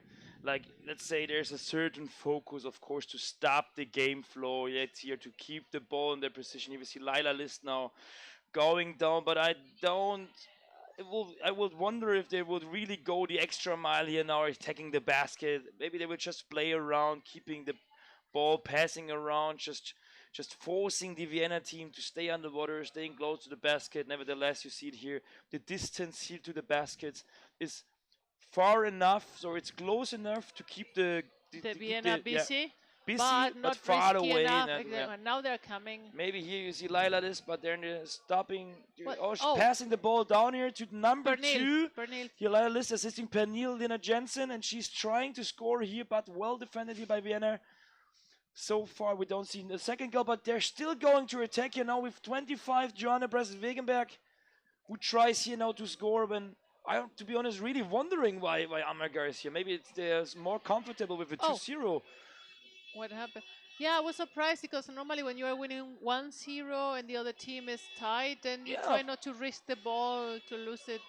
At least you need to know that they're super comfortable in the defense. Like, it's not that they were saying, okay, no, if we just stay in defense, they will go on score. It's just like, okay, they will never score against us if we just focus on defense. Because sometimes often it's super hard to play both. Of course, you're focusing on the defense, but you also need to score. So you need to put some effort in your offense. You need to risk something, and sometimes this risk turns into in a counter attack. But here it is like, okay, we have this comfortable lead.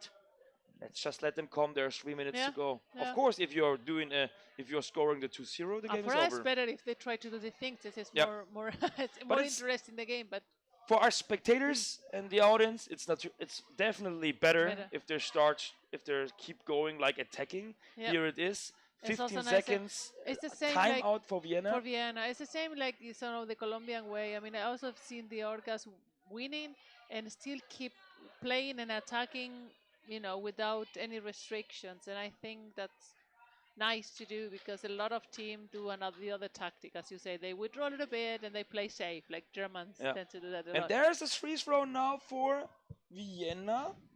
So let's see again. You see the 5 players here at the serve base, and probably with the signal they were all going down. You see it here, left, right side, like a triangle here. Now they're diving down, but there's just one player from Copenhagen here enough to stop this attack from the 3. Now they're with 2 even, and they're in ball possession right now. So this was not well done, executed by Vienna here. They tried like a team attack from above, but the well-experienced Danish players here are super well prepared. They were not surprised. Now we Counter-attack see from here Vienna, but fast Maga break, is great. right there, intercepting, well interception. Still, we have 3-4 Austrian girls there trying to get closer, but the forechecking of the Danish team is really someone hold the basket, and that's a pity. You are creating such an attack, and one of the forwards that are like positioned make the mistake of holding or pushing. Super stressful, super And frustrating. it's really frustrating because now they have to start all over again, and they have 2.5 minutes to go. That's not a lot of time, so you need to be really careful. Timeout. And there's a timeout probably for for Amaga. 2 minutes, 30 seconds left here in the second half. We have seen a first half without any goals, and then we have seen a super exciting second half here. We have seen this team attack. Initially, it was Pernil, Lina Jensen. She attacked from the open side of the basket. She went up and she passed the ball on the other side where she found pass receiver Dina Iverson, and she just grabbed the goalkeeper, pulled the goalkeeper away, had enough time, and she put the ball in for the 1-0 lead here. Now, this game is in favor for Amarga, a well-experienced team. They're just playing here with 8 players. They gained, like last year, they made it up to the podium with the third place here with their squad. Right now, they were challenged and lost some matches. In the morning, they won. Or earlier today, they won against they Black play Mermaids. early at 9:30. It was in the morning at 9:30. So Because they they already had a match with a 2-0 victory against the Black Mermaids from Sweden. Yeah, they And had now- the triangular, remember? Yeah. There are Black Mermaids, Yes. Amaga, and Vienna. And now they are playing for place 4, number 5, 5, 4. and 5. And it looks like that they're going to execute here well. So the timeout is over. Both teams have taken the timeout. You see now here the Vienna ladies here waiting on the bottom here to intercept the pass, but this team here from Amarga is super experienced. Nevertheless, they lost the ball, and here maybe a fast break. Yep, let's see. Do we see another chance here? No, this is like they have a high right individual now- class here at Amarga. What I would say right now, Vienna should be playing with all 6 players underwater, not It caring doesn't if matter that's if now, you're losing 2-0 or Or 3-0. You need to win here. You need at least to Outnumber make someone, one goal yeah. to bring the match to penalty shooting. And we see a free throw for Amaga. 2 minutes left. The last 2 minutes of this match. The winner will be fourth of this ladies competition. 32nd Champions Cup. Here being here in Berlin. And we 31st, see 31. 31st. Yeah. 31st. That was last year. Ah, Yeah, with the t-shirt. 31st. All right. Okay, so we have now Amaga trying to do a last attack against the basket just to, minute the to have one more score, and also, the attack is the best defense. Yeah. Torsten, right? That's true. That's true. Of course, it's a bit risky. Maybe even just playing defense also risky as well. I think Yeah. there's not a real wrong or truth. 1 But minute. at least having the ball is having the control. This is an old quote from football or from a lot of other team sports. So it's much easier here and feels much more comfortable here to have the ball. And now we see her number 9 here attacking from above, or is it number 6, May Lindberg Hansen, giving the ball to captain number 11, Marianne Heidam. And she's like bringing all her strength in the water. She's like, but at least losing the ball. But then it takes too long here for Vienna now to get through to start their attack. So there's just 30 seconds left. Pushing without ball. Last chance here for Vienna with a free throw. Start quick, go down, Gertz. At least Amaga is doing a great job so far. Now Vienna needs to bring the ball close to the basket soon here. Just 20 seconds left. And again we see a scrum. She's the ball falling down, and there's ball is outside the area. No, free throw for Vienna. Nevertheless, just 10 seconds left. The time is stopped. No, the time doesn't stop. It's effective. Oh, why did it stop? But it should be. Okay. Should not be stopped. So here we see 10 seconds left. The last chance here for Vienna. Passing the ball. 5, 4, 3, and now here Vienna. Laila List here is like protecting the ball with the scrum. Well done here from the girls from Amaga. 1-0, and that means super great team performance. Amaga is 4th. And Vienna is 5th of this 31st Champions Cup in Berlin. And Orcas female is competition. 3rd. So the final between the women team is going to be our very old Norway against Germany final. Just to summarize this match finally, so congratulations to Amaga and congratulations also to Dina Iversen. She scored here the 1-0. So I think we will see these girls here celebrating this night because they just arrived here with 8 and they did a great job. They just left, let's say 1, 2, 3, 4, 5, 6, 7 teams behind. Just with 8 players. This is super great performance. Yep. And we also look forward to the last female match of the day. It will be later on. You will see at 2:30, so in 45 minutes after this match. So now we see the game for place 3 in the man competition. It will be Molde against the Finnish champion Hessu. And afterwards you see the final of the female competition between Langen and the Norwegian girls from Akeren. But now let's go here to the next match. It's going to be 2 times 15 minutes. Two times Molde and Hemelina Suheltajat. Both teams already played in the morning. The Molde. very first 2 games. It's like I think the first time in the history of Champions Cup, 8 o'clock was Malz versus Molde. And that was 1-0 within the first 2 minutes. They did the score. Christian Förstler scored here from Germany. So he made like the victory goal for his team. And we remember that Malch played the first time 2006.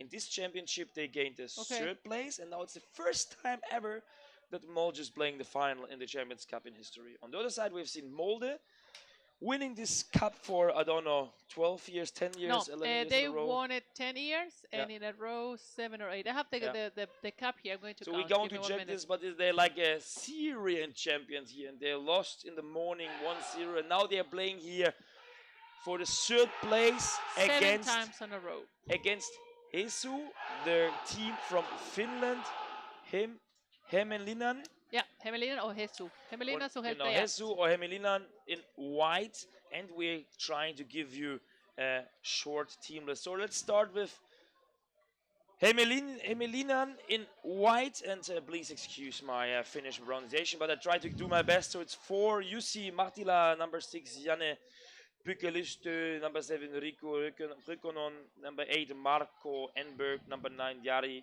Jyvikorpi, number 10, Rami Rikonen, number 12, Jane Salonen, number 13, Antti Salonen, number 14, Heikki Luko, number 23, Viktor Krylov, number 33, Alexei Pritsanikov, number 60, Yuri Boyko, number 66, Kai Björk, 79, Aku Luko, number 95, Antti Vatera. And what's here?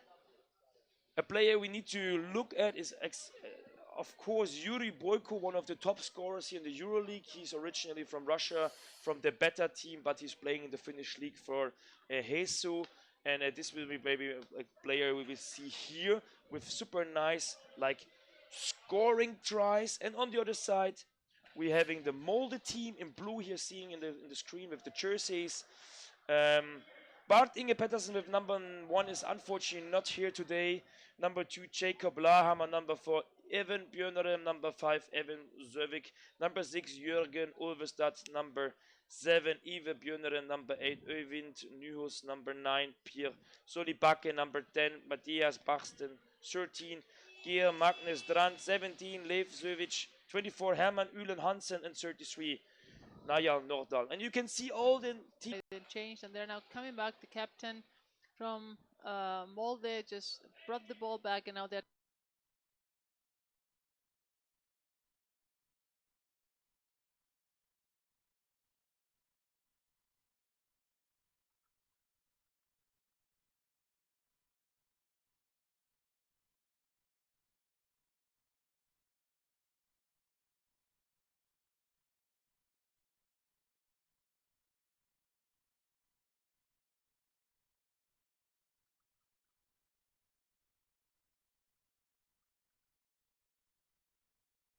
the screen again, so don't worry. There was an attack from the Finnish team here, but stopped by the referee call, and now is being here in favor for Molde in blue here right now.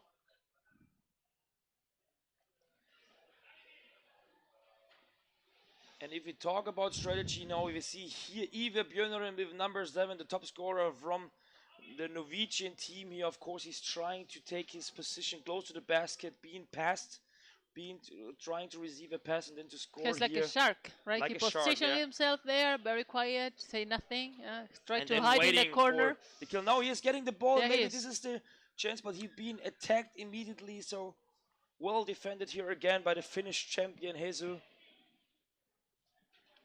And now they're trying to attack. They're passing 2 players and passing to the next one. They're moving the ball around and trying to attack from above. Passing. Oh, he but missed you the see pass. this pattern What a from the pity. Norwegian champion. So it's always that they are lying on the open side of the basket, so on the left-hand side of the basket, and it's always this wave. So one player is coming in, trying to pass. The ball is getting back, and always they're trying to do in this wave with these long passes around the basket. So they're keeping the ball close, and they're passing here this 2-3 meters. Oh, And very if you- deep, dangerous. Ivor is. And now you see here, holding the basket, so Ive Björnerim here attacked, and he was stopped by the referee. They said he was Okay. grabbing the ring, what is not allowed.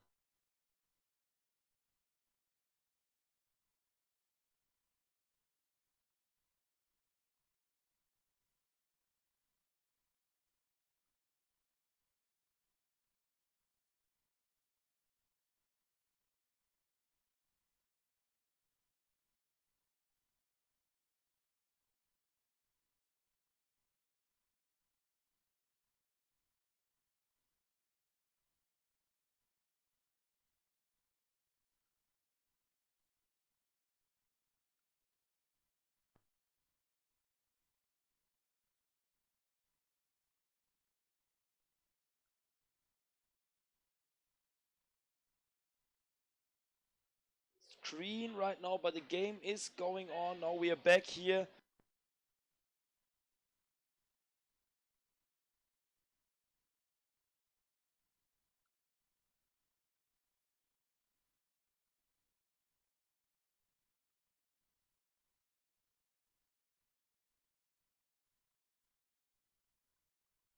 And Okay, here we are back And- with the game, and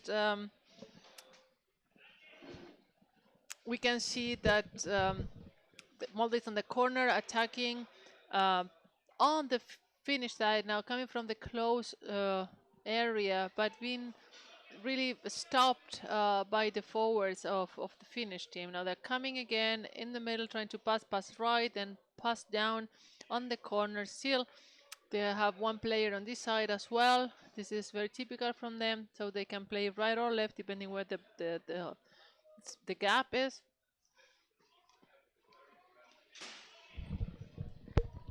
so 5 minutes played here in the first half.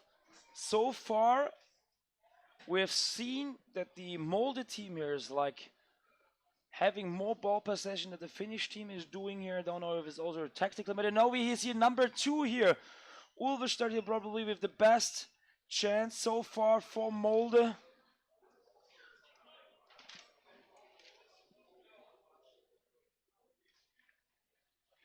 Jakob Larhammer was it with the number 2 here, who had a short spot here, a short chance to score, but also here well defended here. And now we see a fast break here from the Finnish Emil Hesse, but this interception, this Wow. playing here, and it's now super crazy, and this blind pass here from Ivar Björnheim on the other side. Of course, he wanted a player being there, and there was no one. This is something we've learned from Molde in the past years, that they're sometimes trying to bring the ball somewhere when they want another player to be. Wow, amazing how the Finnish team have been recovering Yeah. in these 2-3 attacks and really stopping, because otherwise it would have been It's probably crazy, a it's deadly. crazy. Yeah. The ball is like changing the team like a second, each second. It's not even that they're making 2 passes. Like white team is in ball possession, blue team is in ball possession, back and again, back and again. It's crazy. So the game is almost just in the midfield or on the side of the Finnish team. So the Finnish team really needs to take care here about that they're not losing completely the game. But now the ball here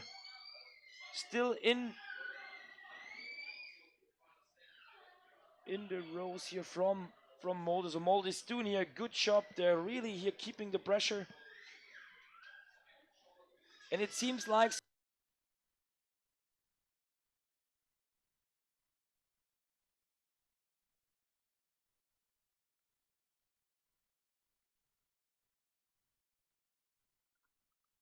They are playing as a like, strategy, yeah, defending all the like time. defending all the time, like we have seen it before, maybe, or we predicted it before.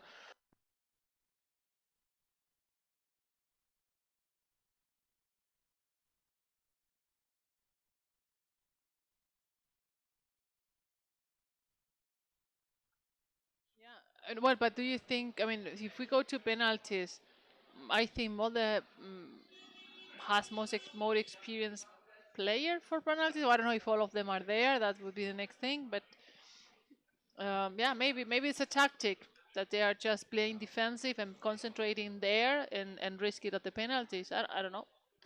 Yeah.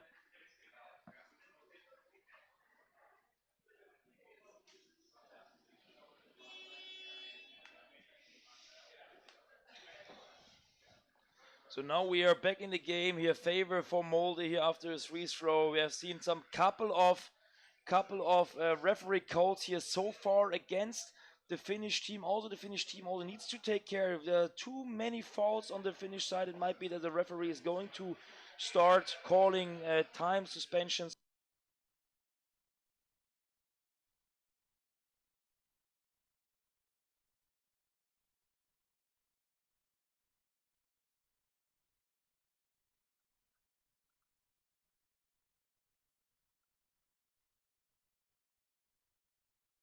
We have not missed a big chance here. This big is to spot. create some mystery, Torsten. Yeah. To keep it exciting, super exciting. But at least the game is exciting, so we don't need any additional.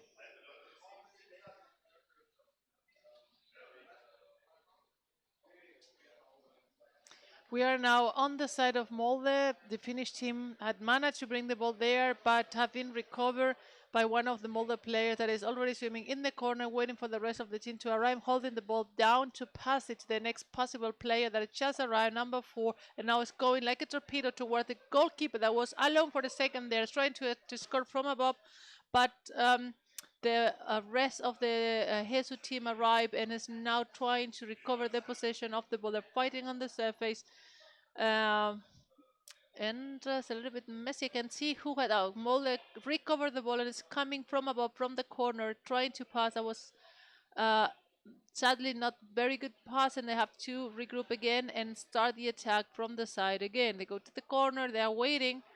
Now the first player swims toward and get the ball to start attacking again, and the Finnish team is really doing a great job there with 3-4 players. They are defending, recovering the ball. Number 12 did a great job there. Yeah, Gaining the ball Janne and playing around, but it's always like that. is After amazing. winning the ball, they're not able to bring the ball on the other Farther side of than the the middle. basket.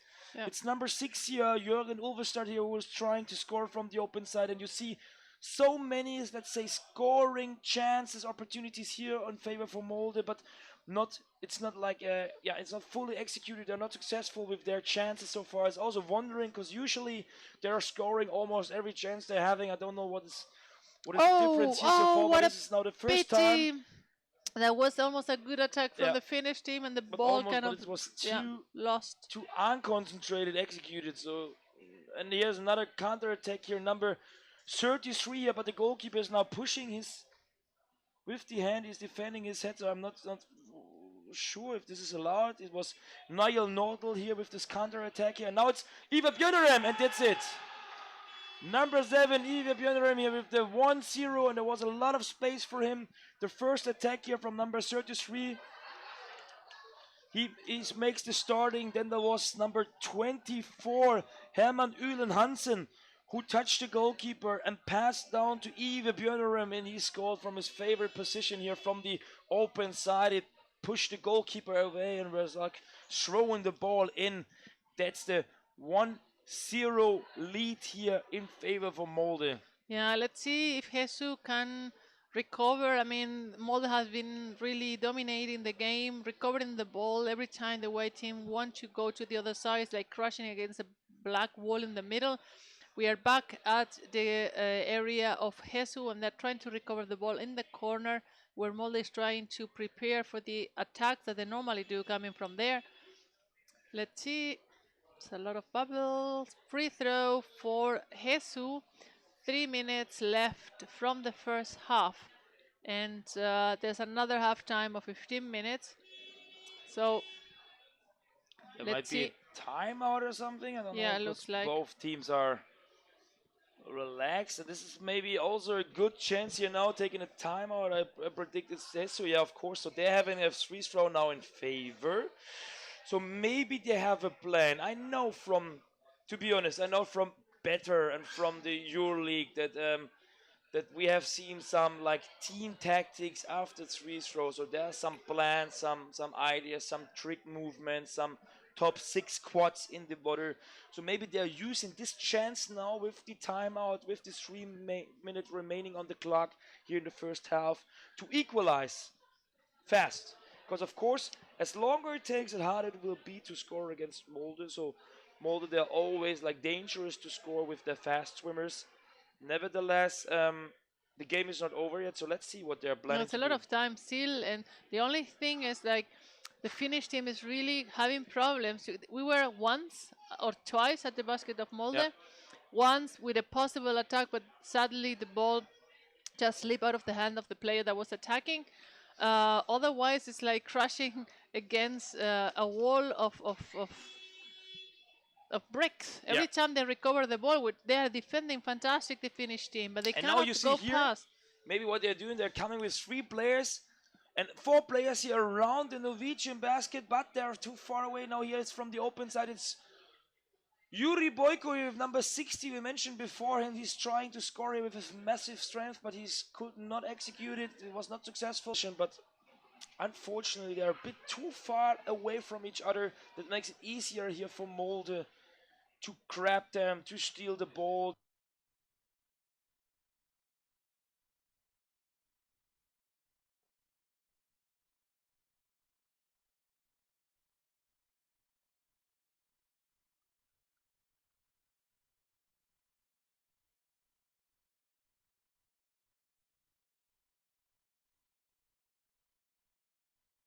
It's from there. Oh, now it's back.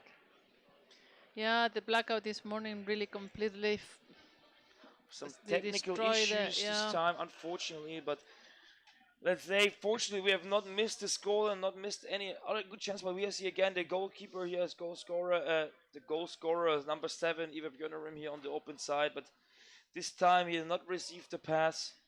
He's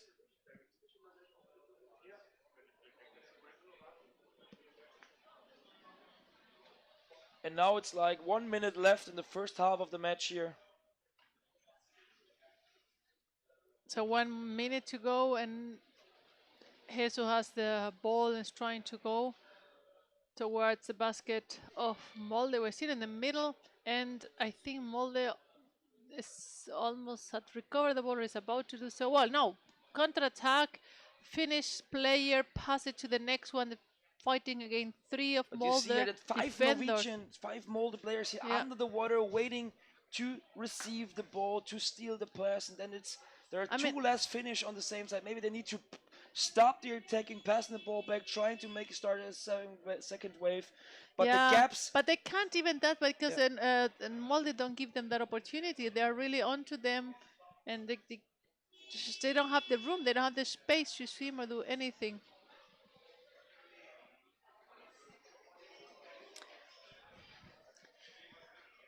Now we see here even another stolen, another nice interception. I'll be back in a minute, Tosen. And Continue talking. I'll be back in a second. Yeah, and now we have in here a halftime break, at least. So halftime break here in the match for the third place of this championship. We are here, the 31st Champions Cup in Berlin. We are playing here the, let's say, small man final. We're playing here for the third place. Both teams already played in the morning. Hesu from Finland, they lost 2-0 against the Orcas. Molde from Norway, they lost 1-0 against the German champion TSV Malch. Both teams are playing here a super physical first half. Nevertheless, it was Ivar Björnerim from Molde who scored the first goal, assisted by Herman Uland Hansen. He was like attacking the goalkeeper, and then he passed the ball down, and this gave a lot of space. There was a lot of space and a lot of time. Defender was missing on the Jesus side, so he could like score, putting the ball in. With a 1-0 lead here right now, we are in the halftime. There are another 15 minutes left in this match. So far we have seen more scoring chances and more engagement and more ball possession on the side of Molde. But let's see what Jesus, the Finnish champion, can do or even change here in the second half. And now with me here is Wolfgang Drees. Wolfgang, have you followed the first half, or do you need to? No, not at all. I was busy around the pool, so we have to organize the party and get everything ready. We got the fins. Great. We got the fiberglass fins we will give to special people of the tournament. Last year it has been to Singapore from farthest away, and we will see what we'll do this year. So I haven't had a chance to watch the game, but I see it now. Molde is leading 1-0 against Jesus. It was Ivar Björnerim who scored. It was, let's say, in the middle of the first half. We have seen a bit more ball possession and a bit more action on the side of Molde. And nevertheless, also a good defense performance from Jesus. Still missing the really big chance here from Jesus to score. But we have seen number 60, Yuri Boyko. One time he was there on his favorite side, left-hand side of the basket. He received once the ball, tried to score. He's one of the top scorers here on the Finnish team side. But let's see what they can do or change here in the second half. 10 seconds left, and then we are being back in the water. It's always interesting to see if they change their playing system, if they get a prepping from their coaches, and if they go differently in the water, because now Jesus has to risk something to equalize, otherwise they are out of the game. So they shouldn't care so much for defense, but go forward, equalize, and then try to score one more to win this game. So it will be difficult in the next 15 minutes for them to control Molde, because Molde will go in the water with their own plan, either just barricading themselves and secure their basket, or even go forward and hold the ball in the area of Jesus so they don't get a chance to score against Molde. Still, I think Hesu is able to score here in the next 15 minutes, um, either by hard work or just by luck in the moment.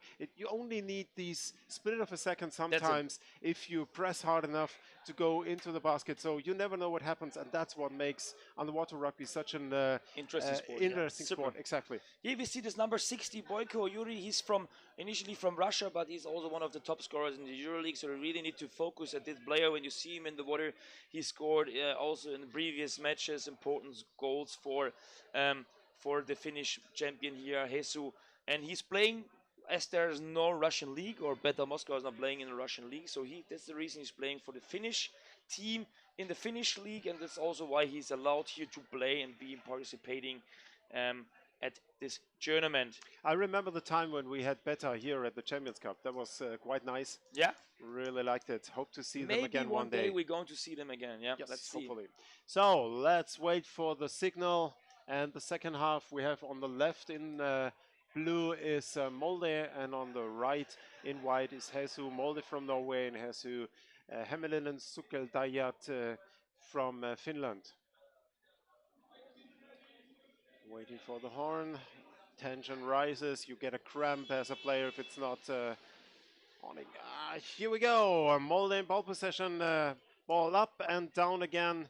And they try to slowly walk their way, swim their way into the half of Hesu, and already in the corner, starting to work on the defense of the Finnish team.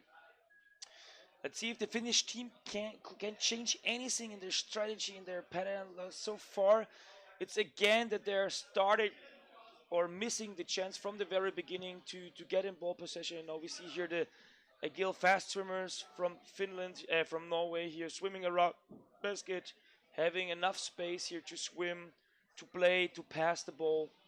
This is what they really like. This is really what they really want. And of course, for Hesu, it will be super important to get in ball possession, to bring the ball on the other side of the pool.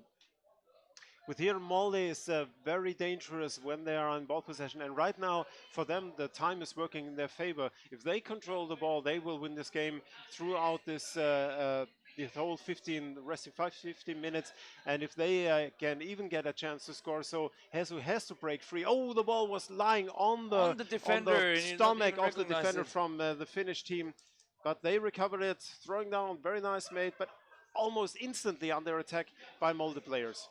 So they cannot break out of their own half, and the ball is back in Molde position. You see, the big difference between both teams is even the ball handling. Like Molde, they're holding the ball just in the hand with the long arm. It reminds me always to handball, like a similar sport. True. And they're trying to pass the ball fast and strong, making these unexpected passes. Even sometimes their own players are super surprised where the ball comes from and how fast it comes. And on the other hand, we see like Hesu playing more physical, more compact, not playing so much around with the ball. And here even the passes are not that super nice. Like it could be easily intercepted here by the Norwegian players. Nevertheless, we had it also in the first half that the ball possession is changing like super fast. Like call from the deck referee. No referee comes to the Free surface. throw against Hesu for holding. And it's like Thorsten just said, the open play style from Molde gives a lot of opportunities for them to use the area around them. The typical German style, for example, is more secure, more keeping the ball close to the body. But I think the Molde play is more agile, gives you more opportunity, but you need the grip and the power in the arm. That's it. And so far it was also more successful, as we have seen the first goal here in favor for Molde, scored by Ivar Björnerum. It was around the mid of the first half. And here again we see now they're playing starting from the corner. It's a bit of pity that Bart Inge Pedersen, the number 1 of Norway's or the Molde team, is not here. He didn't make it this weekend to come to participate in this championship. Is also a super important player here of the Molde squad, like you can say key player when it comes to attacking pattern and attacking team styles. Nevertheless, here's a first attack of this half. It was Viktor Krylov with number 23 pass the ball down, and then it got lost immediately. The Norwegian players here with their strong, fast and passes don't here, super nice. underestimate Hesu here. When they break free, they work their way into the area. That's a one-on-one But situation no, number at 6 the here alone. Finnish basket. And this blind pass here down is also great. On this number worked. 4 here, who missed Evan Björneren missed here the chance here to make the 2-0. It's the danger in the Molde game is Hesu really had to work hard to get in the half of Molde, but Molde broke through almost without a resistance into the Hesu area and had a one-on-one situation for 2 seconds. The big difference is that when the Molde players are gaining the ball, every player is like starting to sprint. You see that they are able to stop one player, but this player has always an opportunity to pass Like the in this ball, situation, to give the ball in the next station. You see the big difference here with Hesu. When one player got stopped, all the players are waiting behind him. At Molde, you see they're swimming just straight away from him, just in front, and then he's just having the ball passing in front, and there will be someone receiving the ball and continue swimming. And this is the big difference. Super offense, this team. If you play these passes right in front of Molde players, you can be sure they get intercepted. It's very dangerous to play these long passes right in front of their defense. And like for the second, third time, the Riksu players tried that, and not Riksu, sorry, Hesu, and they lost their ball, and we're back at the basket of the Finnish team. And now we see Viktor Krylov here with number 73, who's passing the ball to his teammate here, swimming. Again, 79. all alone in the front. No one to play up to, but he had to wait to turn around to his teammates. This is the difference, like Thorsten already said. It takes a little bit too long for them to go forward. That was nice. But here maybe the first chance is a bit space.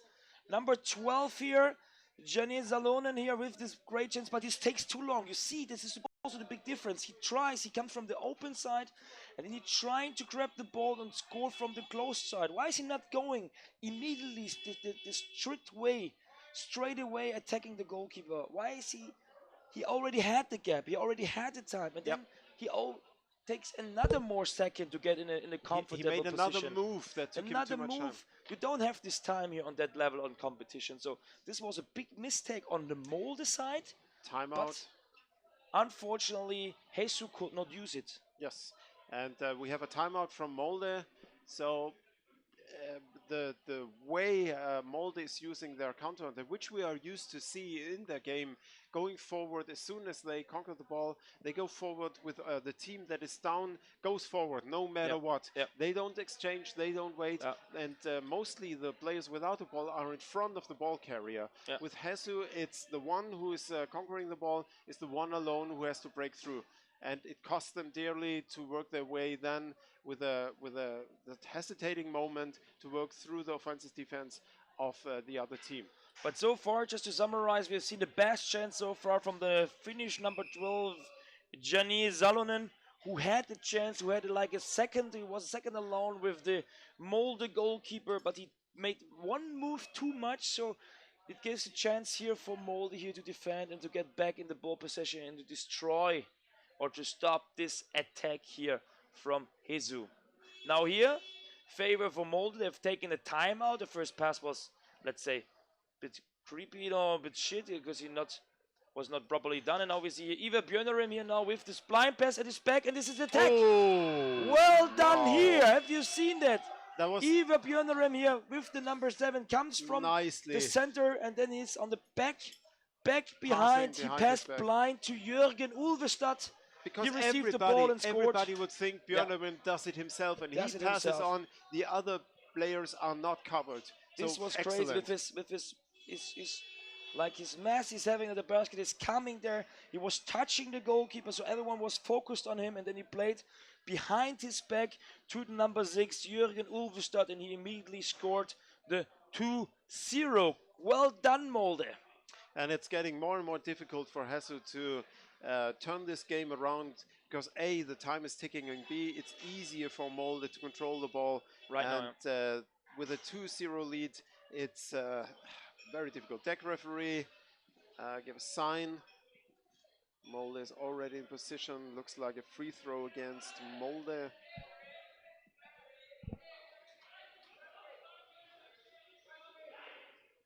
this was super exciting. Here, 7 minutes 30 seconds left in this match.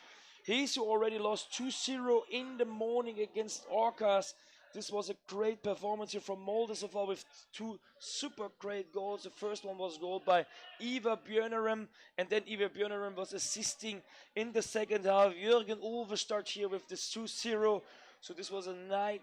Both goals were like a team play, was resulting of a lot of like space they gained due to their hard attacking they're doing right now. And now we have a time penalty here. For Molde, I think that was the scene we saw that ended in the free throw against Molde. No, it was against Hamelin. Hesu, yeah. So now we see don't know. Molde here. Victor Krylov here with number That's a 23 here chance. trying to attack. But he's stopped by the Molde player. 2 Molde players are 2 clinging Molde to players him. here. So Pierre Zulibaki with the number 9 cleared the situation, and now it's Yuri Boyko here now with the number 6 who tries to score, and he missed the chance here. This is tight now for the Molde basket. There were 2-3 very And here tight number attack, 9 and no goalkeeper empty net goal. and a goal. No possible. Never seen that before in the Molde plane being pulled up in This a is tight unbelievable. cluster up to the surface. The goal was not covered, and the ball was passed down to the one Hesu player there, and they scored. And we tried to find out who scored here, but this was unbelievable. Was it Nicely done. number 8? I'm not sure, but it's super crazy. All the Molde players came back to the surface. And Molde was playing only with 5 players in the water because we had a time penalty, which is over now. So Molde is back in full force.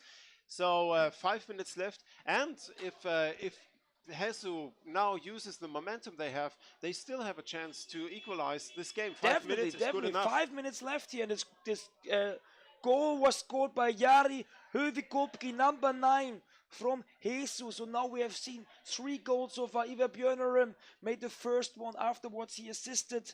Jürgen Ulve started in the second half, and we already saw that it will be over the match, but then there was a time penalty against Molde, and now it's Jari Hövikopki on with an empty net goal here, bringing Hesu back in the match, and now this will be super exciting last 5 minutes. Hesu And in again ball Hesu possession. here. Going forward, oh, nicely intercepted by the Molde player. He stopped the pass, but almost recovered. It's a back and forth now in the middle of the pool. We're down. The Molde players wrapped around the ball, getting it free in the hands of Ivar. And but he's right now all alone and good enough, passing on, close, tight fighting here around the middle of the pool. And now we're back at the Hesu basket. And Finland is in defense. Ball is right above the basket. And Molde is waiting in the corner. Time is working on their favor still. So while Hesu has to work hard to defend, for Molde it's only to keep the ball, which they lost. They lost it again. And Now there's a counter attack. Super nice, well done. But again, there's one move too much. They need to be more strict. They need to be more efficient in scoring. No and one no one else. else. There should be someone in front of the Hesu player carrying There's the the big ball. difference between the Molde game style and the Hesu game style. That Molde found a way to immediately attack, immediately push the ball Call towards the from goalkeeper and referee. the score. But again, here we have a referee call. We don't The see referee came to the surface, talking to the players. we don't see the decision. But Looks like it a should be in favor probably for for Hesu, because they're still in the water. No, Molde now coming on the opponent side, so it will be a free throw against Hesu. We're going to see a free throw in favor for Molde. 3 minutes left. exciting And there's game. a timeout. I've seen the Hesu player asking for a timeout. That the timeout left, and now it is here. It still Hesu- is an exciting game because it's not like Molde is dominating it totally. I think there's a good chance with They the did it, attacks. to be honest. They Yeah, did it. they in my- did. They But did it from the we beginning, saw but right now, you see how quick a game can change. There's just one situation. For example, it was a time penalty here right now, 2 minutes. And this power play was immediately used. They made a good move. Viktor Krylov was attacking. Then we have Signori Boyko tried to score, and we already saw, okay, Molde is having the ball, bring the ball to the surface, and then it dropped down, and finally it was Jari Hövikopki who put the ball in the empty net. A big mistake here by Molde. Yeah. I was really wondering to see Molde score without anyone. Never seen that before. So there's a good chance here for Hesu to turn this game at least as a 2-2 around, and we would go into the penalty shooting, which difficult to say in which favor it would be. There's always luck involved, but Molde is used to. But is there a player now on the time penalty No. bench on the Finnish side? I No. think there was a player standing there. We don't have. Let's see. Okay, there's no on that side, but he was just maybe just standing outside. So I was wondering a bit. So he was just exchanging. No, there is a time penalty. Yeah, I've seen it correct. Yeah, you're right. Yes. So there's a player from Finland outside. So Finland just with, or the Hesu just with 5 players in the water. We've not seen the number of the player. Oh, that makes it really difficult for the last 3 minutes for them to build up enough momentum to push into the defense and score against Molde. So, wow. This will be super hard now. At least for Molde, it's quite comfortable here. They can try to score, but even if they don't do it, it can take 2 minutes down from the clock, and there will be just 1 minute left here. 1 minute with the full squad in the water. And time here for Hesu to equalize. And we're in the middle of the pool, in the corner of the pool at the Hesu side, and the Finnish players try to rip the ball out of the hands of the Molde players who are at the bottom, at the top of the surface now, and fighting for the ball. But like we said, Molde just needs wait for the time and control the ball. So we have 2 minutes left. And after this was a long pass of seconds, Ivar Björnarem here on the number 13. It's just 5 Finnish players in the water. Yep. Really difficult for Hesu to use that and power to break free. So this is like what you see here. Molde, they're going in the corner, they're going up and down. They're of course bringing a certain pressure towards the Hesu basket. Nevertheless, they don't attack proper, so it's like more or less a bit of fake playing here around, taking the time from the clock. 20 seconds left here for the time penalty. It was now the captain, Oyvind Nysen, who tried to pass a ball to Ivar Björnarem, but it was quite long pass and predictable for Jesus, so they intercepted here. But still, Molde here with the ball. 4 seconds left. 3, 2, 1, and now we have almost the last minute in the match. Hesu now with a full squad back in the water. The time penalty is over now and 1 minute left, but it will be super hard for them. Well, Molde is doing like controlling the ball and taking their time. Yeah. It's they don't have to prove nothing. In 45 seconds, this game will be over and will be won by Molde if Hesu cannot break free. They need to risk right now. They need to leave their goal position maybe a bit. Yeah, they should throw everything forward they have in the last 30 seconds and try to break free and forward. And now but they're still defending and trying to get the ball out of the hands. And now we see maybe number 4 here again. It was Evan Björnarem, his brother, from Ivar Björnarem, and both are here. Still bring the ball to the surface. 5 seconds left, and we can say now this game is over. In favor for Molde, and we see Molde winning here with 2-1 after 2 scores. One was made by Ivar Björnarem, and the other one, Ivar assisted Jürgen Ulverstad in the second half of the match. Hesu fought very super hard. They tried to equalize. At least they scored with Jari Jövikorpa in the second half during a time penalty against Molde. But at the end, yeah, with the time penalty on their hand, they lost at least the game. They gave the match out of their hands. So in the last 3 minutes, being 2 minutes just with 5 players in the water, it's too hard on that level. But it was a good match. It was a great match, a great result. Nice to see. And that was the game for about, it was like for place 3. So we can say Molde is being now place 3 in the competition, while The Finnish champion Hesu reached place 4. And now we are in the first final of the day. And this is going to be Langen against Akkaren. We've been there before last year. And I don't know the score of the last year of Langen against. It was not Langen. Last year they played Duisburg. Last year it was Duisburg, and they unfortunately lost super high. It was 6-0, something like that. So they were super frustrated afterwards. Even during the league, they were always close matches. I've talked with the Langen ladies.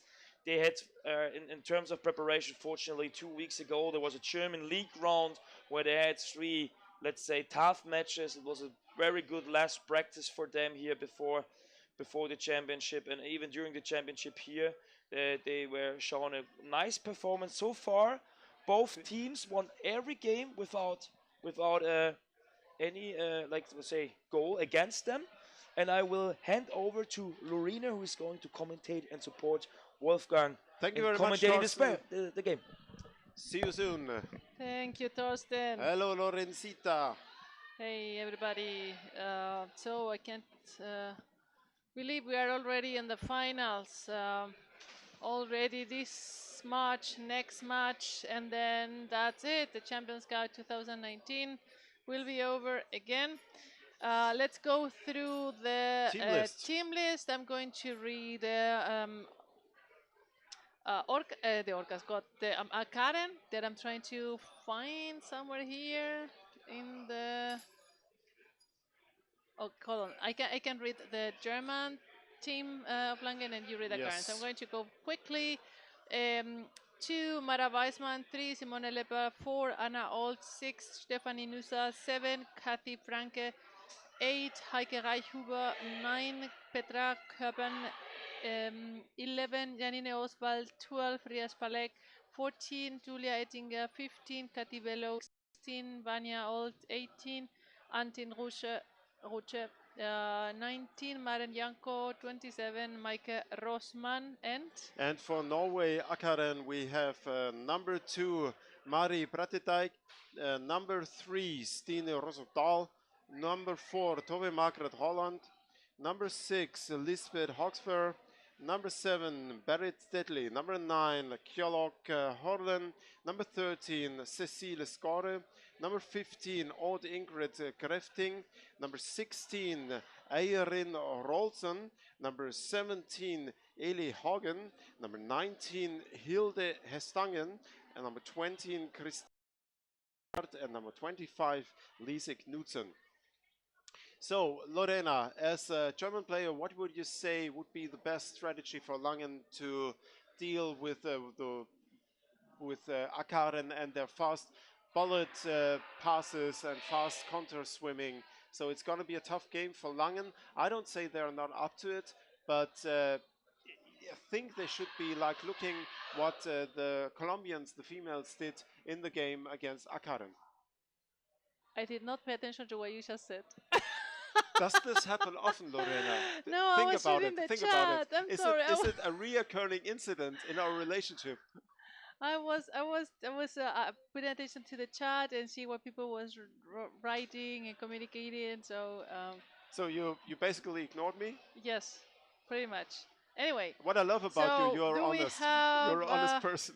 All the German fans ready to be there for Langen, and what about the Norwegian fans? Are everybody ready? This is Sunday afternoon. This is a perfect time to watch a final in the Champions Cup.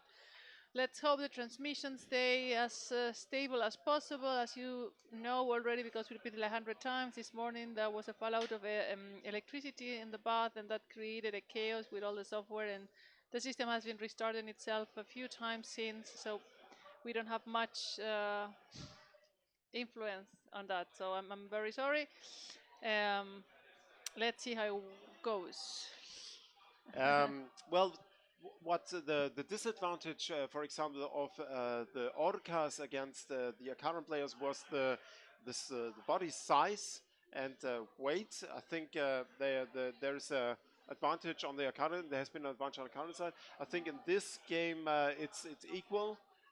So both teams are facing, you know, when Langen will attack the Akaran basket, they don't have the disadvantage of having, let's say, the body Larger. size. Yeah, large. Because body of you're talking about Colombia.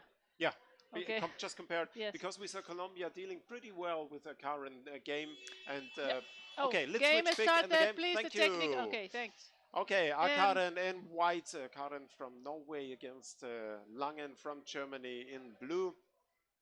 And we have Akaren in ball possession and stopped in the middle of the pool by the Langen forechecking. Very well done, the forechecking immediately at the ball carrier. That's what they need to stop these fast counterattacks from Akaren. Nevertheless, we are already in the corner of the Langen basket, and from here Akaren slowly is building up their momentum around the Langen basket. Let me see. We have now the German team trying to defend. There's 3 white players from Akaren trying to attack but being pulled away and up. Both teams need to be very, very, very much aware of what they do, because any small mistake is going to be paid highly. They are in the corner now trying to come as one current player trying to attack, being tackled away. And they're still now trying to go a little bit on to the middle and about 3 meters away from the goal.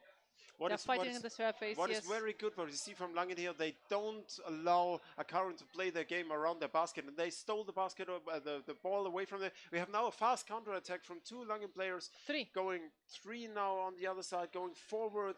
And that was a nice pass over there to the open side, to the close side. And sadly, there was not another player from Langen waiting there to receive it. But still, Langen is at the basket of the Norwegian team and pushing hard into the defense. Well done. Well, they broke free of the attack of Norway, was pushing without ball, and we have a free throw against Langen, which is hurtful for them because they worked so hard to bring the ball on the other side of the pool, and now they lost it without any fight, because Akaren has the free throw in their favor.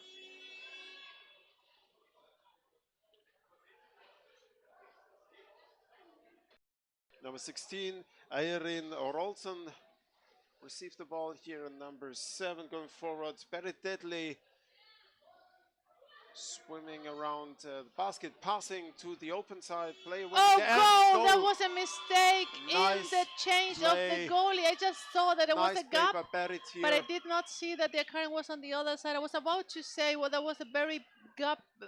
That's I didn't such see a who bit okay. received the pass, but Barry Deadly passed from the open side into the defense.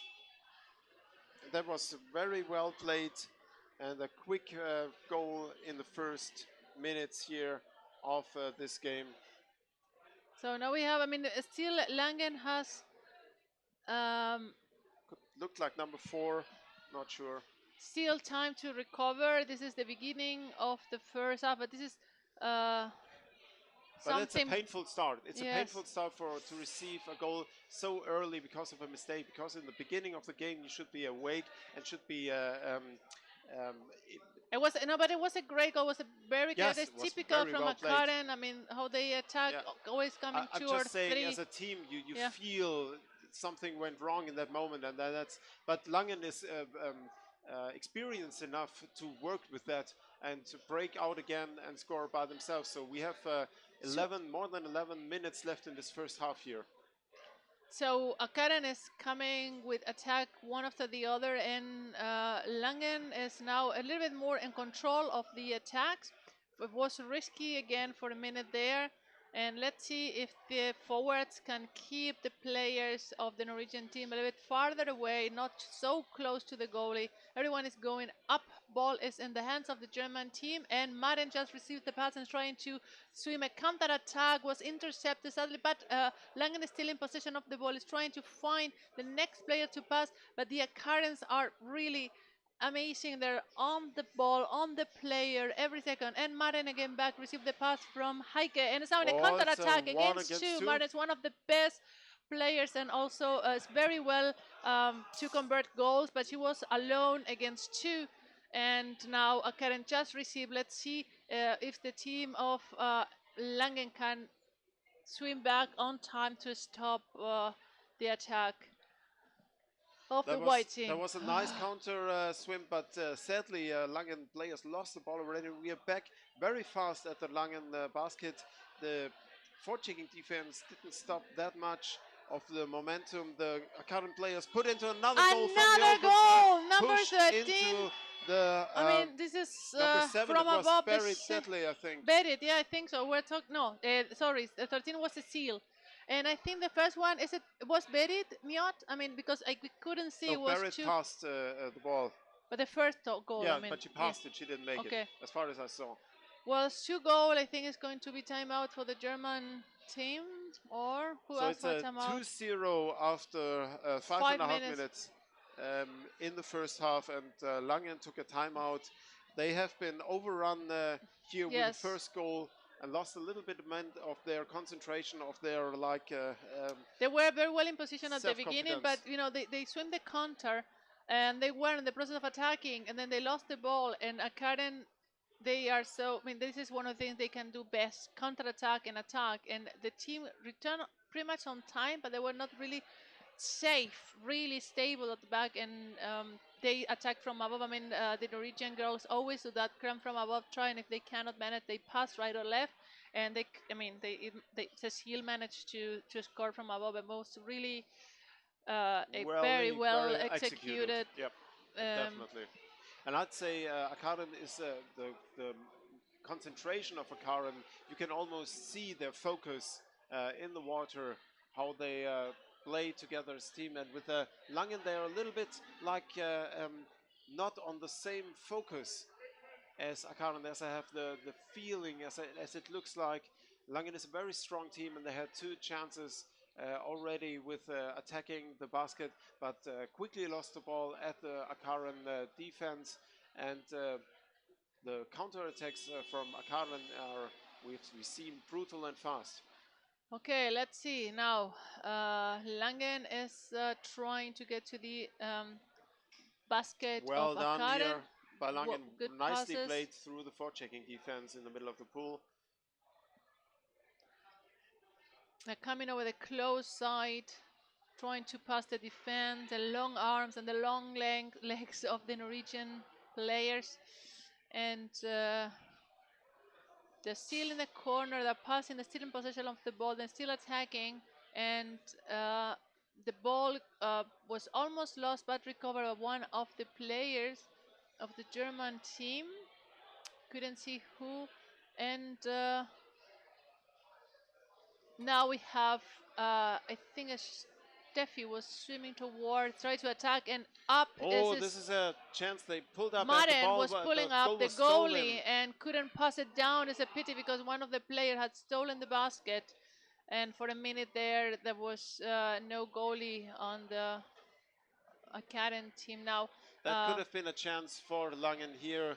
Heike is receiving the pass, trying to go on the side, waiting for, there was some exchange of some players, and now pass it to Steffi Nusa, and now back to the next one to Simone, and now I think it's Anna, the one, Kathy, sorry.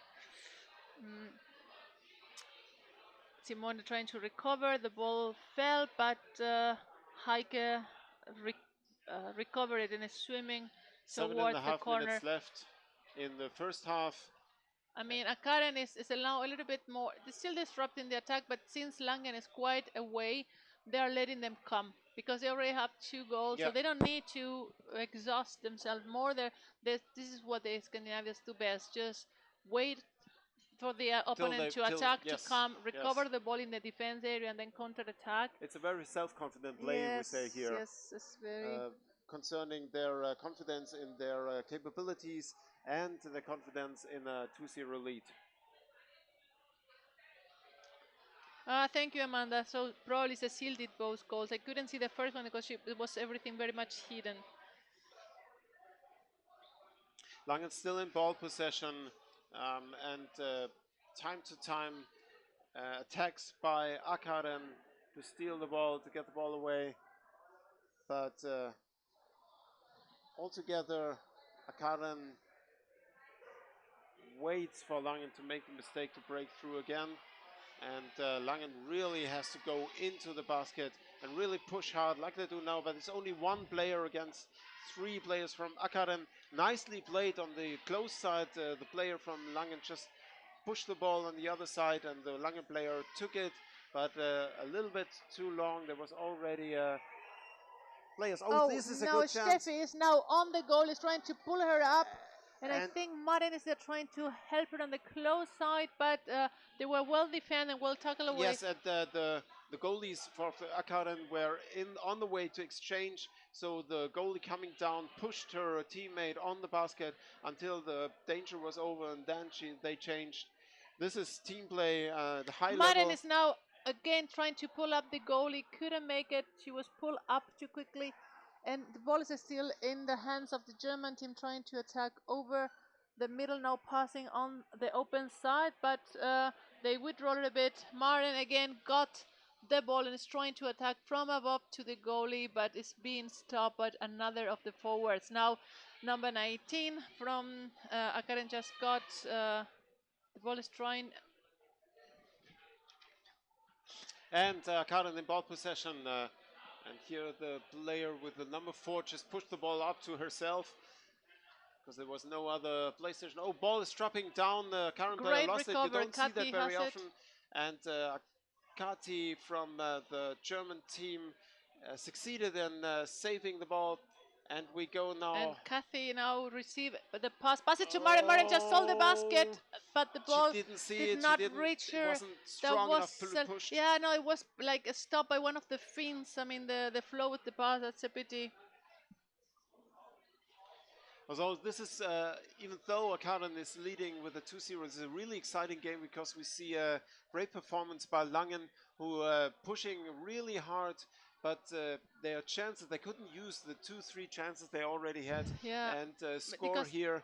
Yeah. Oh, great. I think it's Petra that received the ball and is trying to swim away. Now Simone received the pass and is trying to go past the middle. Steffi is just next to her trying to wait for the pass, but the ball is being blocked by the Akaren player. Nevertheless, Wow. they can continue swimming. Great job from Simone that is, keep the ball and now pass it further to Stephanie that is fighting against 2. Now I think it's Mike trying to, attack, but it's being tackled. I mean, every play is being tackled. There's a lot of chaos right now in the basket of Akaren, and we have still Langen team attacking constantly. The ball is still in possession of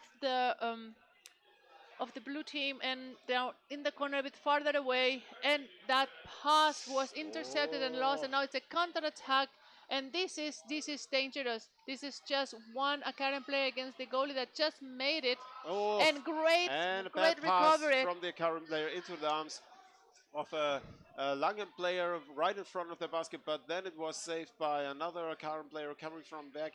It's very it's a back fast and game. forth. Yes, it's a nice game to watch. This is underwater rugby on the high level, and both teams really are up for it. They're getting into each other's rhythm, and it's beautiful to see. We don't have many clusters, but we see a lot of free-flowing ball movements and swim movements. So this is beautiful rugby to watch. Ball is free again here. Langen player on the surface. Looks like Kati going up, passing down, and Langen is working forward. And here we go. This is Maren again, trying to push into the defense, but Akaren's forechecking stopped them. Now Langen is really now being very consequent in the attack. I mean, it's very much in the offensive. I mean, like, it's already 2-0. What else can go wrong? Yes, they they need should to push really hard put as they everything there. And they had still, their chances. It's Yes, not like no. you can see it. It's not impossible for them to score. They had 2-3 chances some minutes ago, but again, I lost the ball, and this is the dangerous moment when Akaren is going for their concentrated, coordinated counterattacks, and they are already through going for the German basket. But the forechecking right in front of the basket for Langen is pretty tight, so it's difficult for Akaren just to break through. So Well now we done. have, yep, they're trying to position. They're attacking, but they're not attacking as aggressive like they did at the beginning when they really wanted to score. Right now, I think they want to be also in control of the ball and not lose it, because they see also that Germany can be very dangerous in a counter-attack as well. And they're a bit more cautious, which it has a lot of sense. And time is working for Akaren here Right now, yes. to the first half, to the break into the first half. So they just need to control the ball in the next minute, and they can recover in the break, and then start the second half with the 2-0 lead, and just secure their own basket without the need to prove how to win this game, because they are already leading. 40 seconds left. Then Langen recovered the ball, is trying to swim a counter-attack. They are a bit on the surface, which makes it difficult to really progress to the other side. And it's 27 seconds Call from the left. There is referee. a referee. There's something from the surface. We have really, can someone go and tell these people to move from the camera?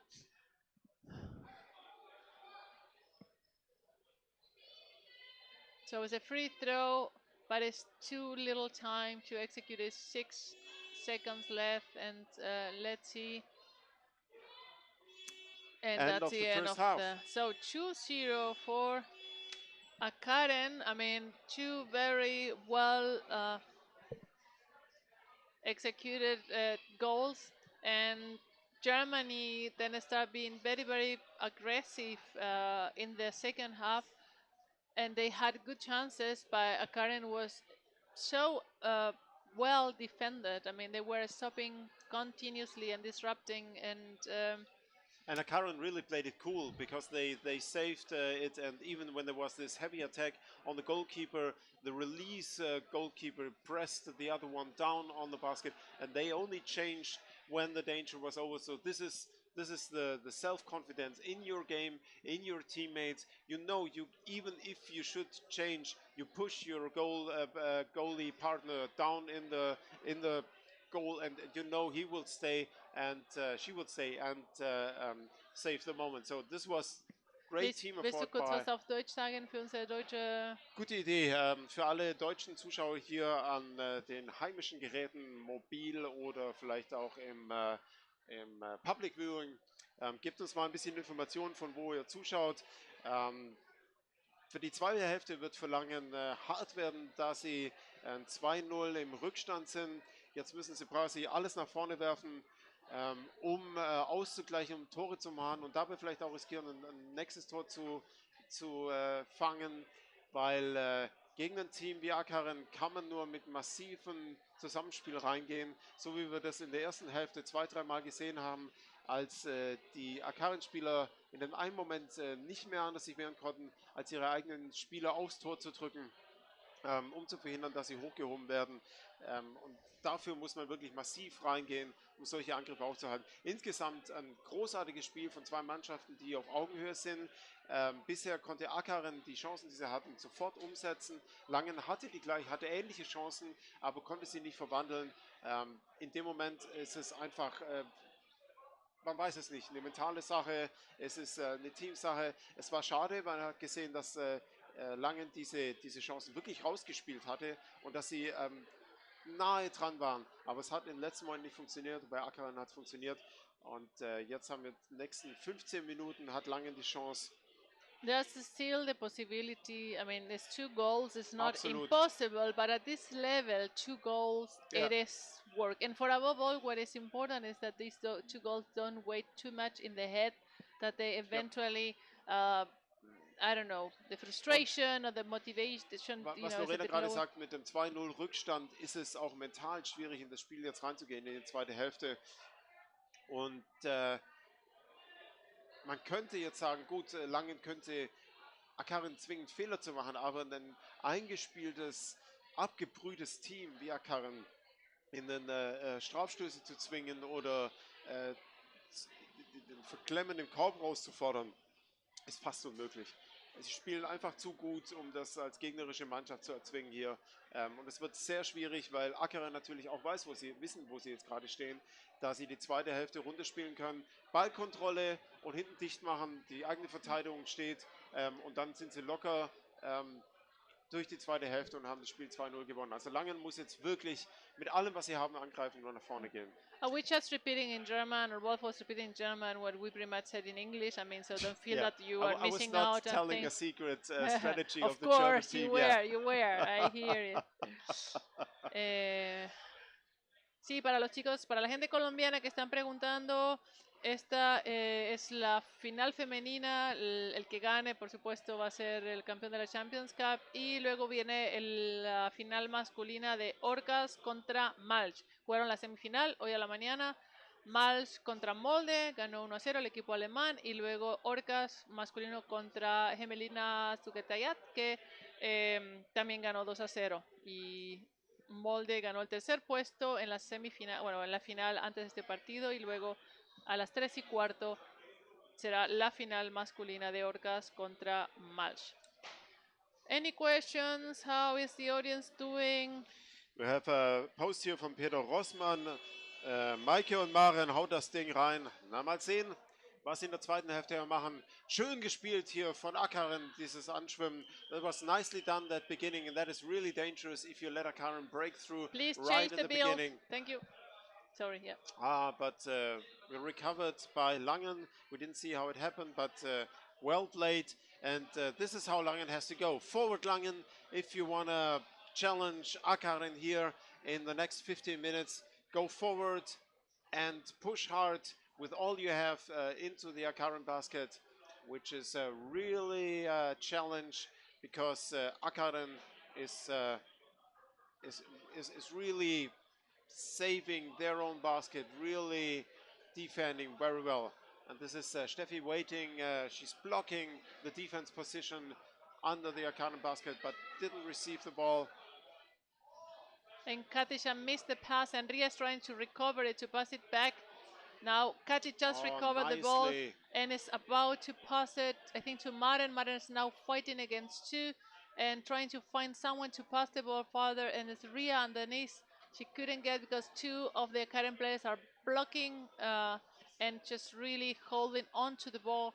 Now the ball is in position of a current that is in a counter attack, and they need to hurry up. This is almost just on. The goalie didn't make it on time, and That there was a gap on the back of the amazing goal head. by the current player who came in really fast and put the ball behind the head of the goalkeeper. Although there were two Langen players, but somehow they blocked each other, and the goalkeeper was not lying properly on the basket.